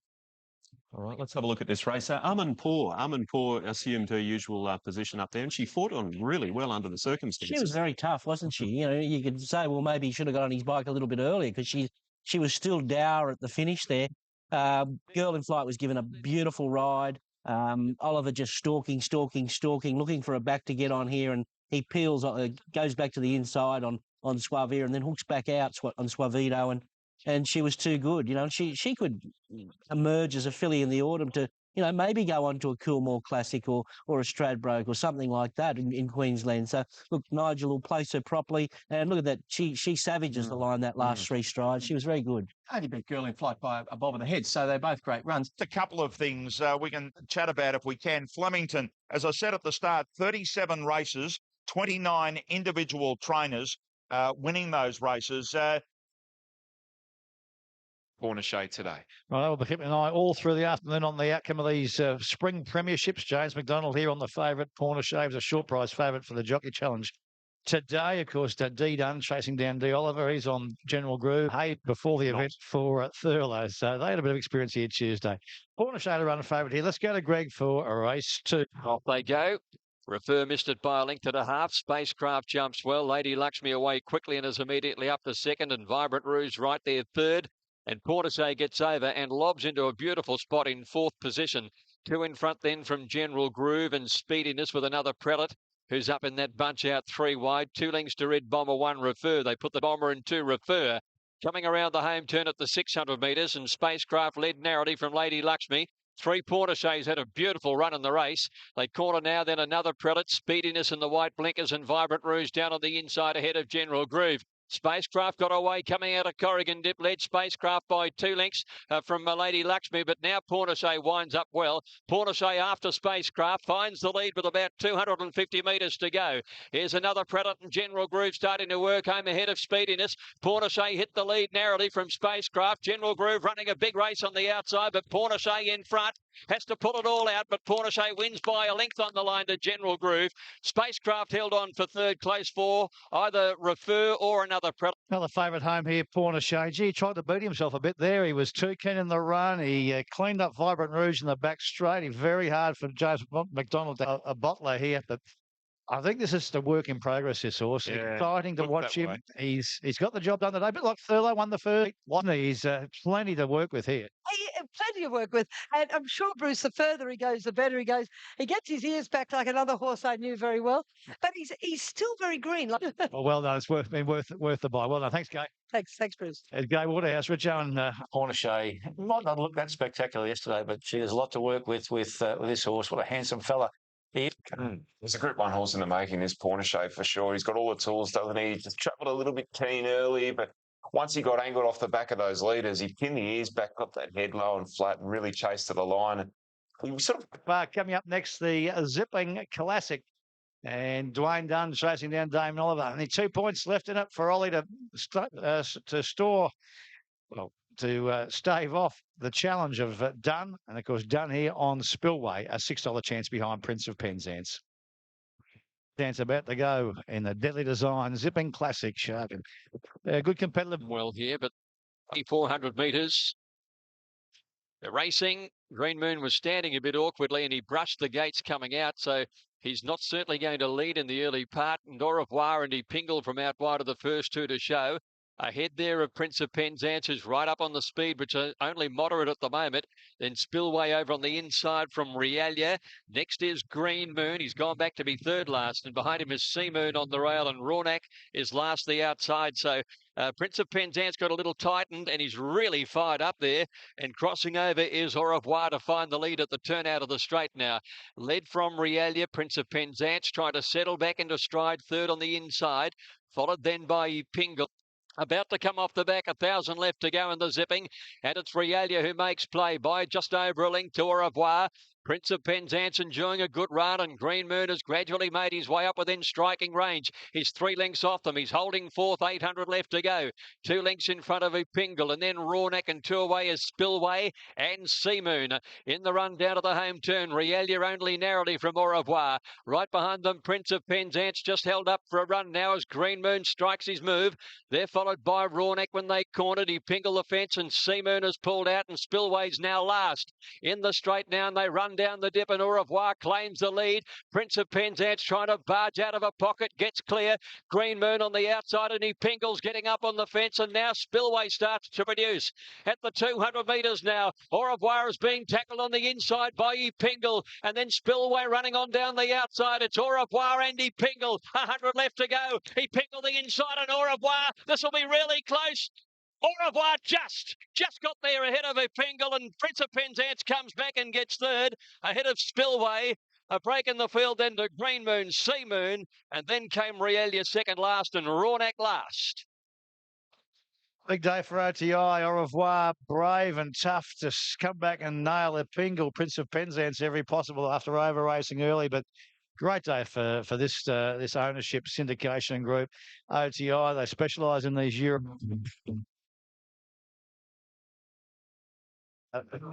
This year, but he'll be a better horse next year. Au Revoir, be trained by Peter Moody, of course. And he toughed out a Pingle there. Prince of Penzance got frightened by some seagulls there yesterday. Yeah. And the Spillway got to about the 100-metre mark and said, no, that's enough, as we discussed earlier. Crangy run race, but Au Revoir. Joint staying effort, isn't it? And he's only his 16th start yesterday and his 4th win, so he's got a terrific winning strike rate, and there'll be lots more to come from him. But then pretty fat. He's improved out of sight, and he's run. I think the last 50 metres was outstanding. Yeah. So he's done a bit of work with the fence hands. Would love to see him ridden a little bit quieter. I think he's a better horse. He used to have a race, though. Yeah, ridden quiet and just let it explode. Billway going forward. Dave Rawnack. Classic Group 2 taken out by Au Revoir. His recent runs in Australia had been very good, including a very respectable 8th in the Melbourne Cup. Simon O'Donnell from OTI Racing is... He's rarely run a bad race. In France, he's rarely run a bad race, and here as well. I think it's interesting with the Europeans. I mean, they just love their horses being able to free stride. So I know talking with the French connections after the Melbourne Cup, yes, they're disappointed they probably had to travel so wide, but they don't make put that out there as an excuse, because they like their horses to have plenty of galloping room and be able to be themselves. So carrying... We move on, and lament with Shark might have been for him, but this is the Eclipse Stakes. Really good race. Let's have a look at the market. Very open. Points on the top of the... it's 3-2 for the points in this. Plenty of fluid nature about the market here. Stratum Star, 310 at the 340. Big move for Lord Aspen, 4.2 into 380. Racing and caught them okay. And in the early stages, Lord Aspen, Zululand, Beresford out there on top with Stratum Star kicking up on the inside, and Careless is handy as well as they settle down. Rekindle Power going through at about the middle of the field. Now Zululand presses on with Seen by Berisha, who's gone back to be third last from Ungrateful Ellen, and at the end of the field is Petrology off the back inside the 1,000. Seenan led by a length. Second is Zululand, and right behind them Stratum Star, third the inside. Lord Aspen striding up 3 deep with Careless in the middle at the 800. 2 lengths clear then from Rekindle Power.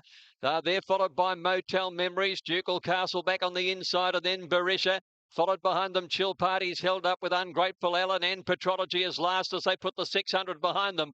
On the turn in the Guineas now, Zululand moved up to Seenan against the rail. Stratum Star behind them looking for the way clear, and then Lord Aspen.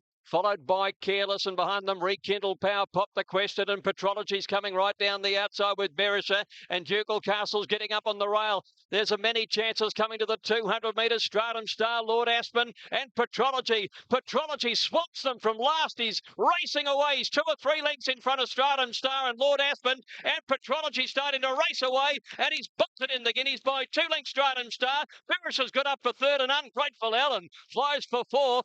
Ahead of Lord Aspen, Ducal Castle, and then Rekindle Power, followed by Chill Party. Back behind them to finish then was Seen as last in. Huge win this. Great renewal of the race. Petrology, David Hayes and Tom Dabenig, Stratum Star, Darren Weir, as they go battling out this premiership. That might just be enough, I would think, for D. Hayes and T. Dabenig to get across the line here. But this horse threatened with gelding its past 2 starts and comes out with 2 spectacular wins. David, you couldn't possibly go on with it now, could you? Gee, that was a win. Stratum Star, every possible. Great ride, McAvoy. Not good enough. Well, huge and dominant performance here by Petrology, the 3/4 brother to Aqua de Moore. Cost 200,000. He's worth a lot more now, and he's worth a lot more because David Hayes didn't take some important things away from his gear. Petrology beat Stratum Star, Berisha, and Petrology this morning. Let him know all's okay there. He's all safe. They're worth a lot more in than out. So he'll be, there's an entire, he's a handful to handle, but he's got high ability. And I think we found the key to riding him yesterday by getting him to relax like that. And shame you can't put him back in fast and rocking him. Personally think I reckon you might see him at his best if he gets to 2,000. What's the future for him? If we can get him to keep producing that turn of foot, he's a genuine Group 1 horse, I think. It was amazing win, wasn't it, Shark? At 100 to 1. Yeah. It runs a mighty race. Thought the run of Lord Aspen was fantastic. Slow recovery rate and mucus on scope. He was phenomenal, considering that and the wide run that he had. You can see at this point, he's after covering that ground, he's still there trying to win the race. Stratum Star, excellent as well. Inside that horse in Darren Weir's maroon and white silks, and then you've got Berisha. Rekindle Power, who was probably a bit disappointing to finish the race off. Yeah, I expected a lot more. He couldn't have had enough on him in the run. The run I had, I trucked up good. And it's like it, doesn't it? He won looks like a very good horse there. Looking at his form, you think, well, it's well exposed form, and what you see is what you get. But it was just took the breath away a little bit, that finish from him yesterday, and he may have stamped himself a pretty smart horse in the making. I think we've always thought he was a smart horse, and I know the stable's always had a big opinion of him, and he was worth persevering with, and he was worth tinkering with to get him to produce his best. Ridden back on the corner, he was back last, and maybe that suits him as well. there was enough pace in the race, obviously, but I just thought it was a very, very strong win. Perhaps, look, there might have been some. You might say that some of these the 3-year-olds are a little bit tired now after a spring, but he could have been tired as well, and he wasn't. I think he's a pretty good horse. He just shows an enormous turn of speed here to put paid. I mean, Australian Star's been very genuine all the way through the carnival there, but he puts a gap in him, and he does look above average. It was a smart performance, really was. And we've got the winning trainer, David, off the back of Petrology's brilliant win in the Guineas, which of course gives David Hayes, Tom Dabernig, the Trainers Spring Premiership here, 25,000 their way, and to the Make-A-Wish Foundation and General Leaf, $2.70 fixed, 250s on the tote. From Fast and Rocking, can David Hayes really make a complete meal of the day here? $6 for Fast and Rocking, but it's important for Dwayne Dunn. He needs to win the Nail Ollie. He backed at Flemington last start. We haven't seen that weight of money for him today, but has been specced late in betting. The other one Jumps well on the inside, Fast and Rocking got away very quickly. General Leaf is about the middle of the bunch at the moment. Now, Nearest to Pin is going on ahead of Big Buddy and Flambeuse as they settle into stride. And they're followed by Fast and Rocking outside of Don't Get Excited. A length and a half away then came General Leafer last. And at the end, Sweet As Bro. 700 left to go. Nearest to Pin ensuring a pretty solid tempo, led by a length Flambeuse. A length and a half to Big Buddy. One away, Fast and Rocking. One then to Don't Get Excited.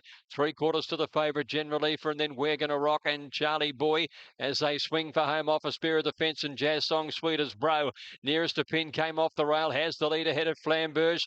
And getting up on the inside is Big Buddy. Now General Leafer and McDonald about to wind him up on the outside. He hasn't really asked for the big run yet. 300 left. And Flambeuse claimed the lead from Nearest to Pin. Now General Leafer comes. Fast and Rocking comes with him. Flambeuse, Fast and Rocking, and General Leafer on the outside. These are the three. General Leafer and Fast and Rocking down to the line. Fast and Rocking and General Leafer, they hit the line. Fast and Rocking, I think, a nose to General Leafer. In a pretty close go, Flambeuse 3/4 away, third. A gap then, either Don't Get Excited or Charlie Boy ahead of Jazz Song for fourth over. Sweet As Bro Nearest to Pin off a Spear. We're Gonna Rock and Big Buddy at the tail.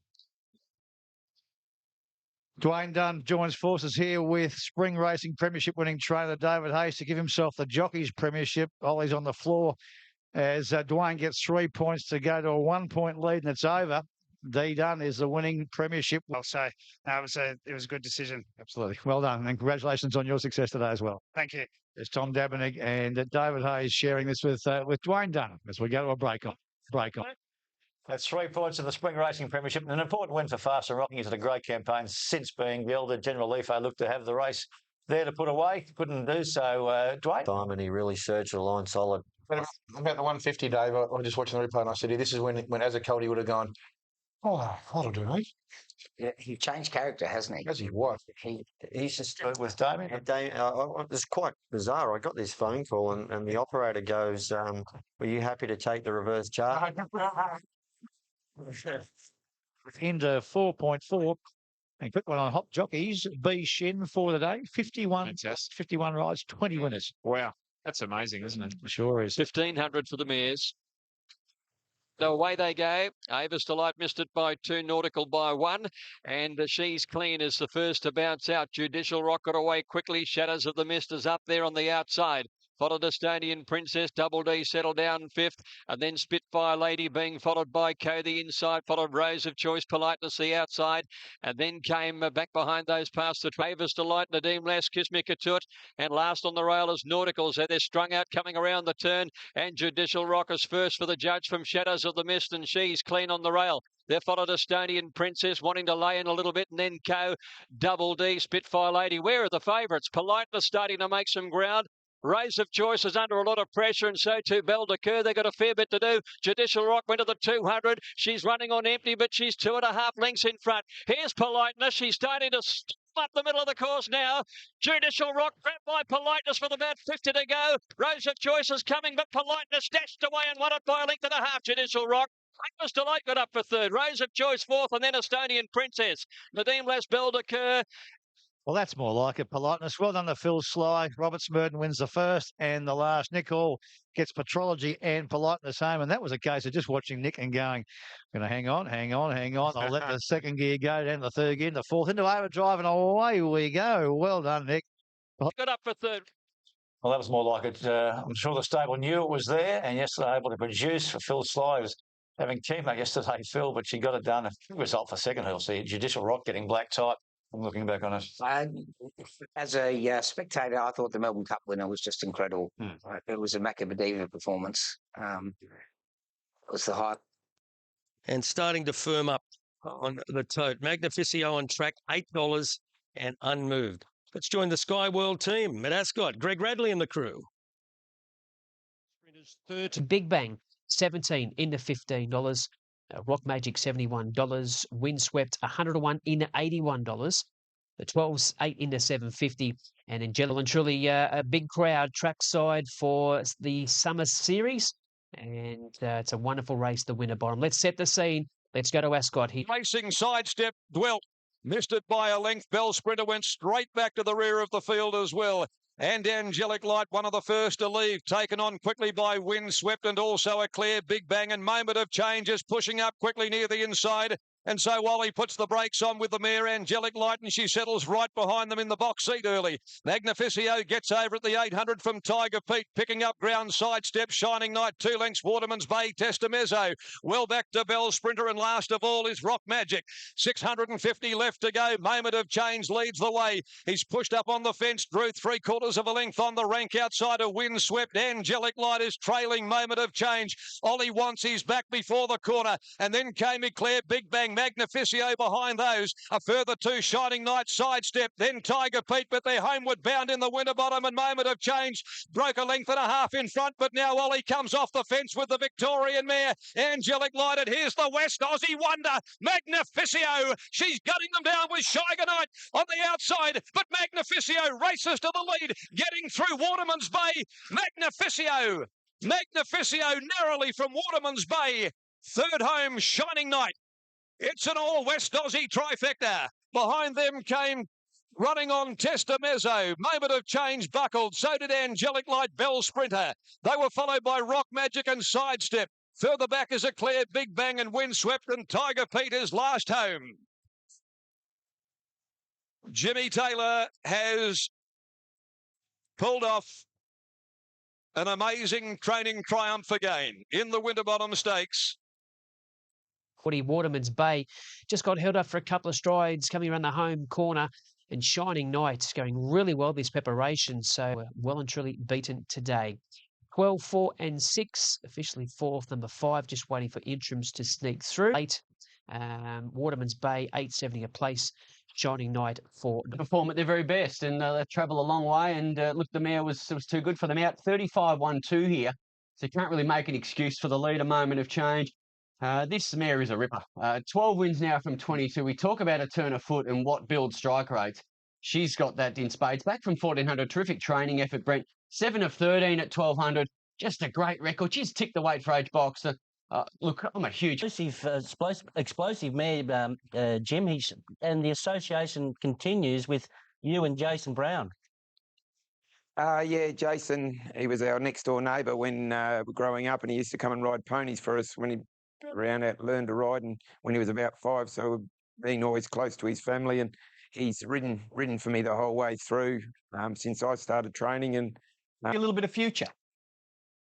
Well, each preparation's Richie. She comes back and improves.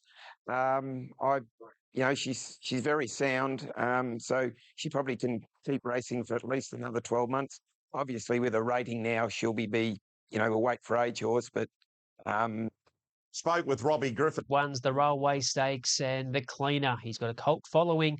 He's a wonderful galloper, and he'll go straight to the front. Will they run him down? Time will tell. Elite Bell, 6 into 5.50 here. Mouthed off a bit, the owners, how well he pulled up and everything. Went home and licked his bin out. Next minute, I'm on my way to Perth. Are you glad you're here now? In the railway as well. And Respondent got out brilliantly off the inside. Out smartly also Smokin' Joey, but now the cleaner burns forward and quickly goes to the lead with Fuchsia Bandana out smartly. So's Platinum Rocker when they settle through the first 200 metres. Respondent down on the inside and getting across now is Alma's Fury over on the outside. A length and a half Smokin' Joey being closely followed then by Fancy Feet, Amarino and It's a Him getting distant over on the inside. Ranger brings up the rear of the field by the 950 and the line of Longford leads the way. It's the cleaner by a length and a half. Fuchsia Bandana's running second, a similar margin. Then on the inside, Platinum Rocker. Over on the outside is Alma's Fury, who's handily placed in front of Fancy Feet. Next is Smokin' Joey. They're followed by Respondent down on the rails at the 650. The grey It's a Him's outside of Bass Strait and Damarino. Chester Road, Belmont Girl are well back in the field.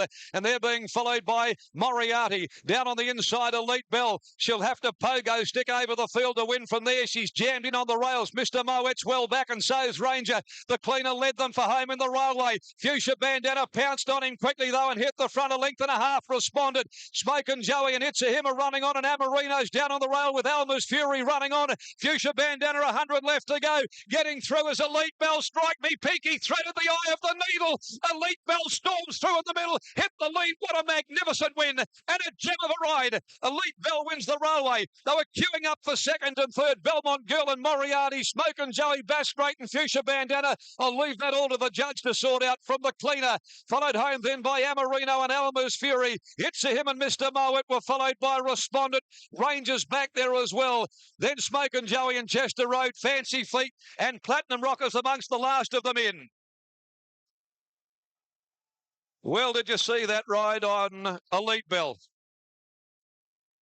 She needed a bit of luck, or Pike needed a pogo stick to get over the top of them from where he was. But he rode like a demon. And this mare with an electrifying turn of foot has speared through, literally threading the eye of the needle with 150 metres left to go. Only her 23rd career start. She also won the Prince of Wales Stakes first up this campaign. The winning jockey it was Willie Pike, one of the top riders in where he was going to go at about the 500 metre mark. He had to come weaving through the field there, but he got her home. Wow, that was a ride. They call him the Wizard over there, and I can do. see why. His ride meant was the difference between winning and losing. Let's face it, she drew off the track. He's found the rail. He's found a beautiful split through the field. And not doubting she's a top-class mare, but she just got the job done so well. And that's not begrudging the ride on the second horse as well by O'Donnell, because he also followed. He had to go through the middle where Belmont Girl had to just ease to the outside. So two very, very, very good performances there, Richard. Indeed it was. Great racing, and, you know, she's a wonderful mare. She's giving West Australians a lot to cheer about here. She just keeps coming up, and this was only good horses can take splits like that, and she's a very good one. Now, pace was on, obviously. The cleaner set a pretty solid pace there. I think he looked over the top. To me, he looked like he'd well and truly had enough. And was it an afterthought going over there? Was it a good idea? It probably doesn't hurt the old horse, but I think we've got to get real. He doesn't beat the top class of horses. And over there, she's a top class mare. She certainly is. So look, I thought Moriarty's third there was a beauty as far as the Kingston Town's concerned. Yeah. He sort of lost the plot when they sprinted mid-race there, and the way he gathered himself up over the last 100 metres, he was a dead set. Well, as we say, the flashing light run for the Kingston run for the Kingston Town. Town Classic market. This is the current one. The final field, obviously, not out until, Tuesday week. But if you look at that, Disposition, who we'll talk about shortly, not guaranteed. Raced a bit flat yesterday.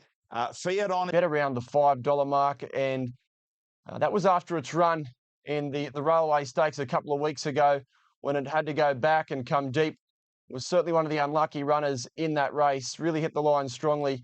Has drawn barrier number 1 this afternoon and been very heavily supported, as I said, in the last couple of days. And it is $3.80, Moriarty. Disposition's the 3-year-old who chased. It's in the mix as well from a local point of view. And then you got to the 3-year-olds, Rommel and Disposition down the bottom, 15 and 16. They've both got good chances, 50. Kingston Town Classic field is right to go. And the stall's open now. They're racing. It's a Him went straight back at the start. Rommel wide out also coming over. Rebel Sun with Moriarty and Fuchsia Bandana jumping quickly, and so did Disposition going up there. Also settling behind those is Fade On, who couldn't get near the speed in the early part. Smokin' Joey is next, and then Mr. Moet, Pop Culture, Bass Straight, followed by Elite Belt. Rebel Sun at the 1200 led them a length and a half in front of the stablemate Fuchsia Bandana. A similar margin then over on the inside, Disposition, and his 3-year-old counterpart sitting outside of him, Rommel. They've both got across from wide gates. Then 2 lengths behind those to the Sydney stayer, Moriarty. He's down on the inside of another Sydney side of Fade On. There's Pop Culture going around them. A length and a half behind them to Chester Road. The Victorian Smokin' Joey in the middle, and down on the rails, Mr. Moet. They're going out to the 800. They're followed by Belmont Girl and Bass Straight. Then came Elite Bell, well back in the field with Operational. Then Respondent. Last of all, It's a Him, a good dozen lengths or more as they race to the 600 metres. Coming towards the home turn, the leader, Rebel Sun, 3/4 of a length on Fuchsia Bandana. Going up now is Rommel. Disposition back behind those, searching for a run. Now White pulls Moriarty away from the fence to get into open space, followed by Pop Culture, who headed the remainder. Mr. Moet down on the rail behind those. Fuchsia Bandana hits the lead. She got a length and a half in front. Rommel's gone. Disposition's not, though. He's still coming, and so's Moriarty. 150 to go. Fuchsia Bandana the leader. Disposition, and now Moriarty. Moriarty coming up the 3-year-old. It's Disposition. Moriarty, stride by stride. They went to the line dead heat. I couldn't figure it. Moriarty dived at Disposition. Leave it to the judge. An absolute thriller in the Kingston town. Not sure about third either. Elite Bell got going, and Rommel kicked again from Smokin' Joey, and It's a Him from last. Mr. Moet, followed then by Fuchsia Bandana, Bass Straight. At the head of the others, Pop Culture, Rebel Sun. Further back, Respondent, Chester Road, and Operational. And pulling up quickly is Faden. Waiting for the numbers. Ridden by Douglas White. Has won in a nail-biter from the 3-year-old star Disposition, ridden by William Pike. And Moriarty wins the Kingston Town Classic for Douglas White, the Hong Kong jockey, coming down to ride for Chris Waller, and all concerned to win the railway with Moriarty, who it's been considered, I guess, more of a Group 2, Group 3 horse, was a Brisbane Cup winner. I couldn't figure it. Moriarty dived it. 2014, Chris Waller, Group 1, number 10. Douglas White comes over from Hong Kong, and a sweet ride. Of course, he drew the inside gate, Richard, but a great ride. Well, what we've seen like a fortnight ago, he's got a beautiful turn of foot when he's held up and ridden cold. When you draw barrier 1, Douglas said to Chris, and I spoke to Chris yesterday about it, he said, mate, I've got to be closer. And that was the winning mood. He didn't sprint, but he got enough dash in his legs to run down the 3-0. It was a good performance, but they're all first two have gapped the rest of them. Outside of the Quinella there, you see there's a bunched finish, all of the others. First, third, fourth, fifth, sixth, all through the railway. And look, I had serious concerns, Brent. It's an opportune time just to reflect on an amazing calendar year. I mean, the stats are amazing in regards to Chris Waller. Well, that's his 41st Group 1 win. And as I mentioned, the 8th for the season. Last year he had 8. So we're only, 3.5, 4 months into the year, and he's already equalled his tally from last season. You'd be a brave man to think that he can't better that going into the Autumn Carnival. It and gave it to Moriarty. Yes, that gives Chris Waller 10 Group 1 wins for 2014, the calendar year. He's won 8 since the 1st of August, so an incredible record. It's going to be a bumper season for him. The horse had run a terrific... Oh, what a marvellous horse he is. He's gone through a Sydney Carnival, a Melbourne Carnival, and now he's in Perth. He's as tough as teak. They rode him out of his comfort zone yesterday. He drew a barrier, and I think they said, well, let's try something different here and hunt him up, and it worked. Douglas put him in a spot that I've never seen him before in a big field when they're going hard. And I thought, oh, hello, is he going to react to this? But look at him ease off the fence here. And I thought he was going to win easier at this point. But this 3-year-old Disposition, and talk about good rides. Willie Pike, barrier 17, third on the fence. A very, very promising 3-year-old, this one, even though he was beaten, but far from disgrace. He's the one to follow out of the race, of course, sure. Because he's there's more upside in him than any other horse in the race. But it's a great piece of placement for Moriarty. He's off the top when it comes to the top Group 1s on the East Coast. I mean, he ran in the nearer last than first in the Caulfield Cup, and he probably doesn't run the 2400 at that that level. And then he got beaten about 6.5, 7 lengths in the McKinnon. So, he's just that far off the best horses in the East during the spring. But taken over there, perfect distance, usually good pace on those races, which suits him. It was a good piece of placement. And one thing I've noticed about Chris Waller. Miss Classic winner, Antique Bell, was third. And now coming to the outside, Waterman's Bay in the straight, though. Express Service, the leader, quickly headed off, though, by Platinum Rocker. Magnificio got into the clear. Here's Waterman's Bay. He's coming down the outside for Tommy Berry with 150 to go. Magnificio, Waterman's Bay. Waterman's Bay levelled up, hits the lead, comes away now. Redemption for him in the scale. Gets home to score. Waterman's Bay from Magnificio, Antique Bill or Testamezzo. Photo there for third spot. Kalahar, Antique Bill, and now coming to the from Magnificio. Tommy Berry absolutely loved it. Yeah, he certainly did. He arrived there yesterday morning, Tommy. He was at the Trots on Friday night in Perth and a winning double yesterday in Ascot. But it was a dominant win. I thought when Magnificio sprinted Gator, I thought Waterman's Bay will have to be good to run it down. Very good. Yeah, that's right. You can't build the strike rate Magnificio's got with luck. He's a star. But Waterman's Bay back, widest, too classy home, 35, 1-5 the field sectional. So the day, the second leg of the quaddie is the Inglis Villiers, and it is a red hot field for this Group 2 mile race at Royal Randwick. Let's have a look at the market, a quick snapshot there, and then head into the mounting yard. And it's a really interesting race and a good betting race for the punters. Let's have a look at the runners. And we start with a Aomen, 31 into 21. Strawberry Boy, $8.50 into $8. $14, I'm Imposing. Summer Sun out to $41. Multilateral, 18 into 17. Rose of Choice, 8 out to 10. Rudy, $5.50 to 6. The Queensland. They're off and racing. And Strawberry Boy jumped out well with Aomen. They were very quickly into stride. Also away well was Rose of Choice. Keep Phil being hurried forward from a wide gate, and Monton is going up in the first couple, followed further back by Sir Moments, who's racing a lot closer here. He's gone up into about 6th spot. Then Estonian Princess, Multilateral, followed by Rudy and Pelicano. 3/4 on Rose of Choice. Keep Cool is wide. And then came Aomen, followed by Monton. Sir Moments on the outside, 3 wide, but with a trail. Then Multilateral, Estonian Princess in the centre. Capers midfield next, followed by Rudy. And then Pelicano as Capers looked to get a bit of a check there, followed by General Groove. Further back was Midsummer Sun. I'm Imposing, and 2 lengths to Scream Machine. It's Strawberry Boy, the leader, 600 out. Rose of Choice second, Keep Cool third. Then Aomen on the inside, followed by Monton. Then Sir Moments, Estonian Princess in between horses. Multilaterals on the fence. Wider out as they come to the turn was Capers.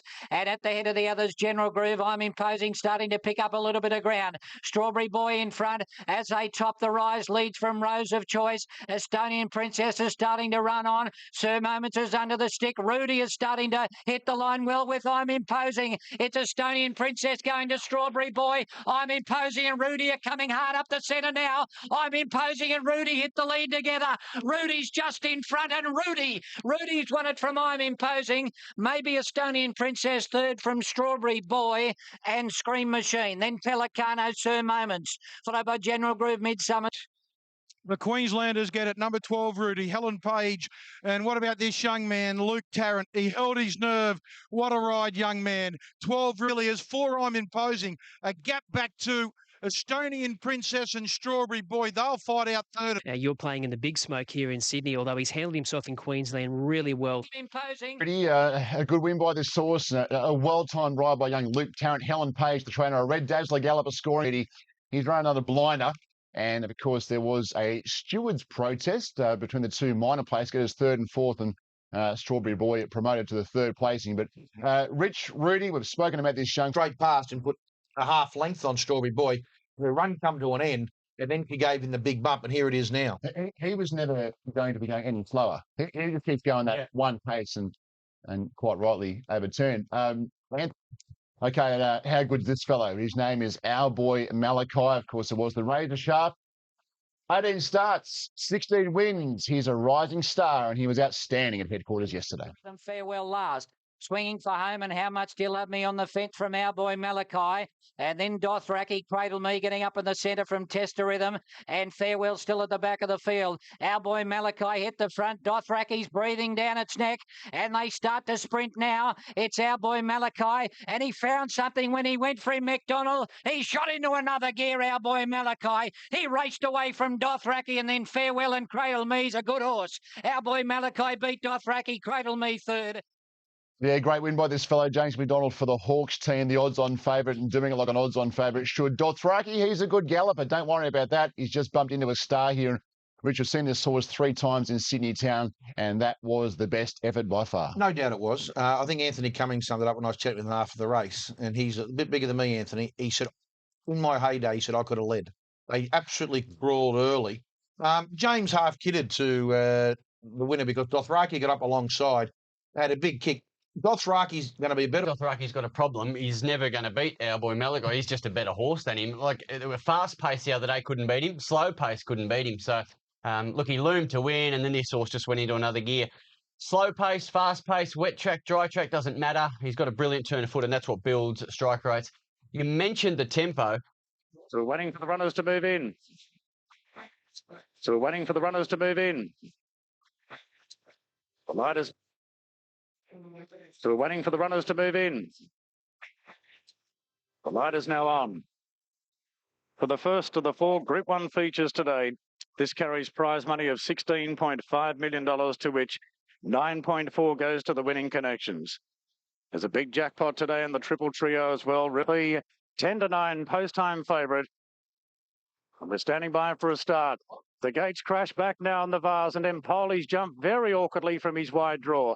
Boy, he's giving away a big start early. Parish Hall gets back, and the first 2 into stride was Bubble Chic and Akira, and the pair are going to amble across and take up the early lead from Rainbow Chic, who's pulling a bit on the inside. Karamarotic the outside. Yes, horse tucked away on the inside. Rainbow Chic is not happy at all with a very slow tempo on the early part. The race favourite Flinchier settles 3 back on the inside of, it's Snow Sky on the inside of Red Cadeau. Flinchier a length behind them, followed by dominant Parish Hall. Willie Cazales and Impolo takes Kai to the front. He's been sections. They are walking up front, 26-2 and 26-3. Kai given a little bit more rain down the back, and he free strides out by a length and a half to Bubble Chic. Rainbow Chic tucked away third. Then the Japanese runner Karamarotic.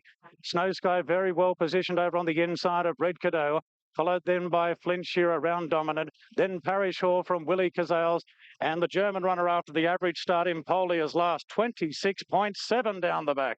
And Kai is getting it very easily. Firing up still on the inside of him, though, is Rainbow Chic, who just got a little bit of room there, and it fired him up once again. Now we've got to move. Karamarotic pulled out of his 1-out-1 back position, and Karamarotic goes up to sit outside Kaya as the pace slowly picks up a little bit from Rainbow Chic and Bubble Chic. Red Cadeau, Mosse keeping his powder dry. From Snow Sky, Flinchier hasn't gone as yet. Parish Hall to the outside, dominant, ridden for luck on the fence, and he's pinching plenty of ground as they turn. Being joined and headed now by Karamarotic, and Karamarotic puts his head in front from Kaya. Now Flinchier gets going with Snow Sky further back, and Willie Cazales is coming with a big run right down the outside of the course. Anybody's finish here, and Snow Sky from Willie Cazales. And finishing off on the inside, Akaya keeps battling away, but Flinchier and Willie Cazales, and Flinchier takes out the vase. Flinchier has beaten Willie Cazales and Kaya third. Snow Sky dropped off. Red Cadeau next from Karamarotic and Dominant. Further back to Impoli. Then came Bubble Chic from Parish Hall, and Rainbow Chic fired up, and he's pulled up at the tail of the field. Favourites? Yes, selection. I'm going with Lucky Nine. I do think buffering, he might find the lead a little easier than a lot of people think.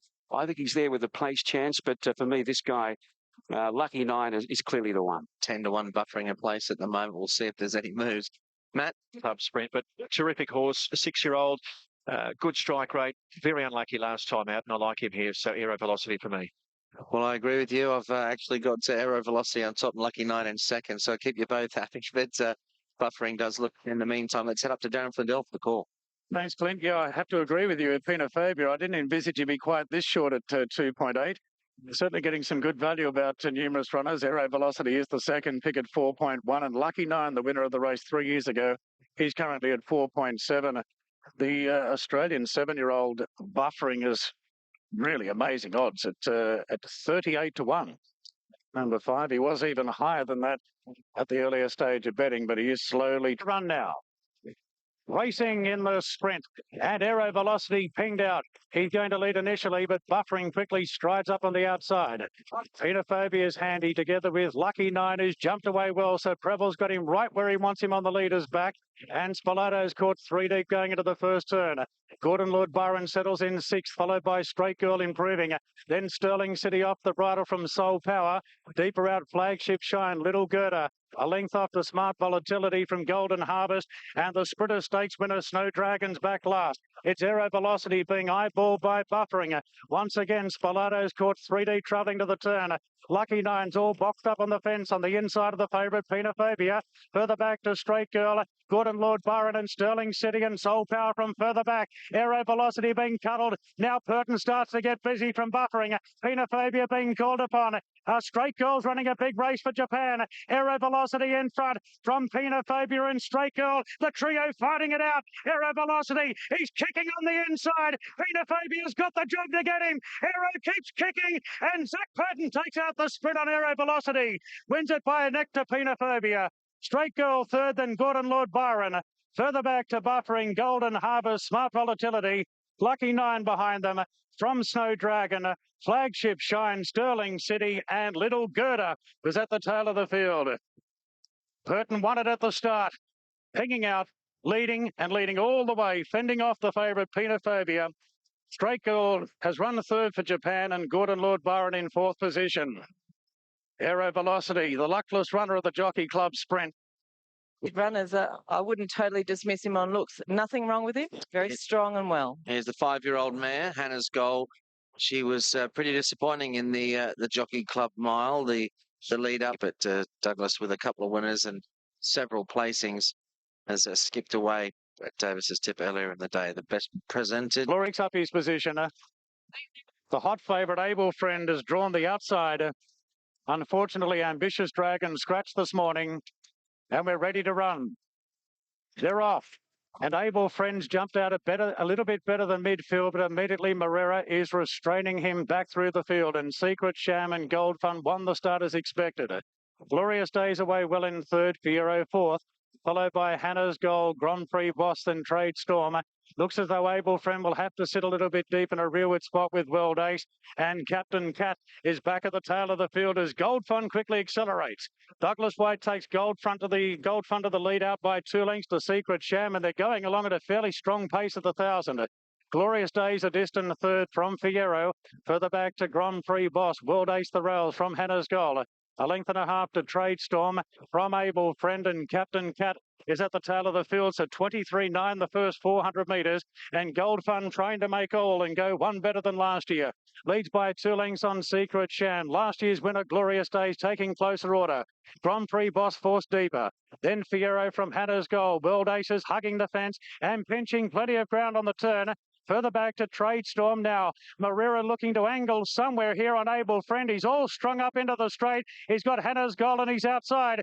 Gold Fund might be gone here. Secret Sham and Glorious Days race to the front. No, Gold Fund's got something in reserve. Now Able Friend with the last shot at them. And Big Red is starting to lengthen. All 1,300 pounds of him, and away he goes. Able Friend from last has put pay to them quickly. Gold Fund resiliently battling on for second, but Able Friend bolts up for Joe Morera. I think Gold Fund lasted for second. Grand Prix Boss diving at him. Then World Ace Fierro.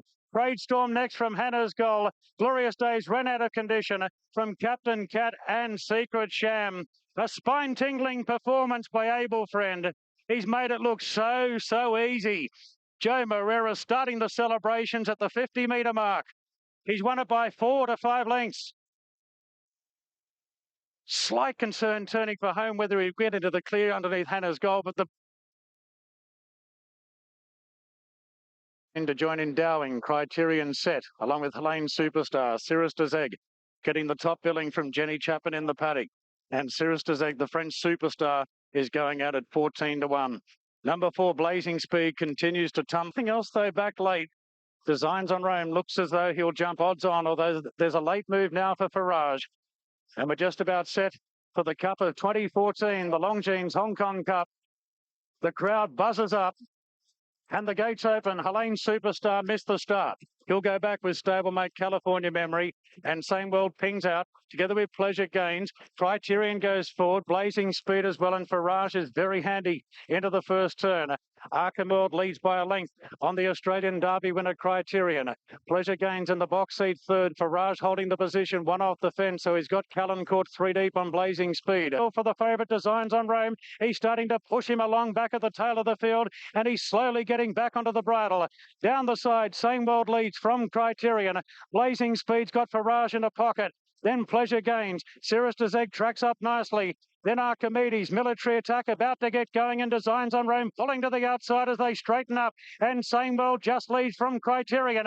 Farage under pressure. Blazing Speed, Cirrus Dezeg, then Military Attack. Designs on Rome still 4 lengths behind them as Criterion bursts to the lead in the Cup. Military Attack, Designs on Rome running on. Archimedes further back, Criterion in front. But Military Attack descending on the scene. Designs on Rome the outside is in for the fight. Wow, they hit the line and Designs on Rome beat him. Designs on Rome got up to beat Military Attack. Great finish. Criterion third from Cirrus Dezeg. Then Helene Superstar. Just behind them, Farage from Archimedes, Pleasure Gains, California Memory, Blazing Speed and Same World. A thrilling finish going back to earlier in the first of the big ones, Dave. Yeah, Cyclone, $18 with tab.com that you earn $5.25 a place. So there's some good value there for your top selection, Cyclone. It has been Hijack Hussey, though, hearing through from the guy. As we head to the Gold Coast for race 5.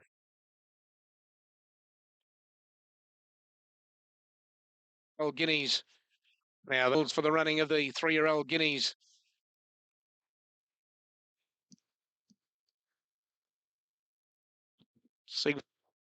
Waiting on one on a gold cap to settle. The gates open and they're off and racing, and it was a great start out.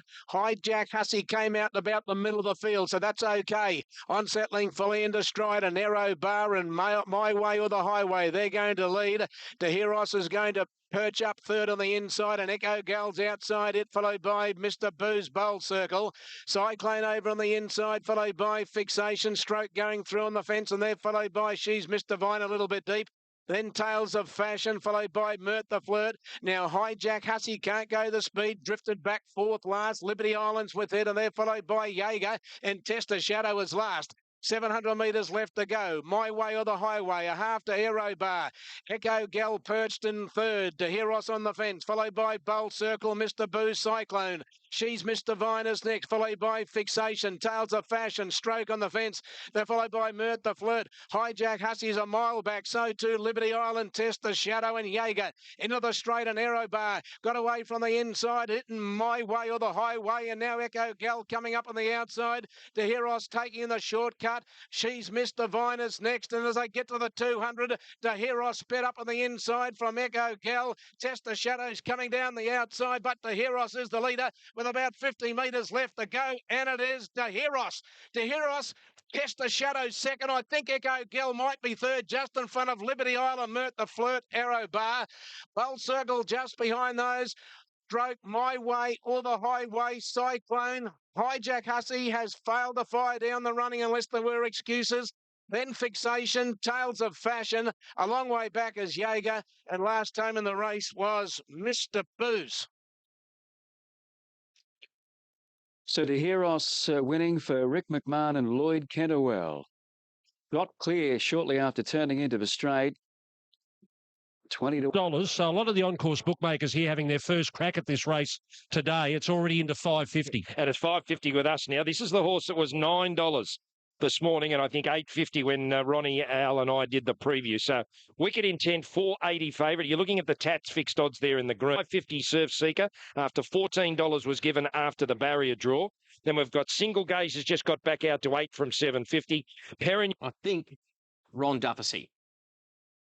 And he's another Liam Birchley runner, Pepperano at 40 to 1 here. I'm also impressed. A real athlete, this filly. And they're racing. Claudia Jean didn't jump that crash hot from the inside. And Le Chef the first to go. Look at Carriages coming over from its wide gate and it'll lead. It's Carriages from Le Chef and Frequently. And Miss Idyllic is going up fourth, followed by Madotti.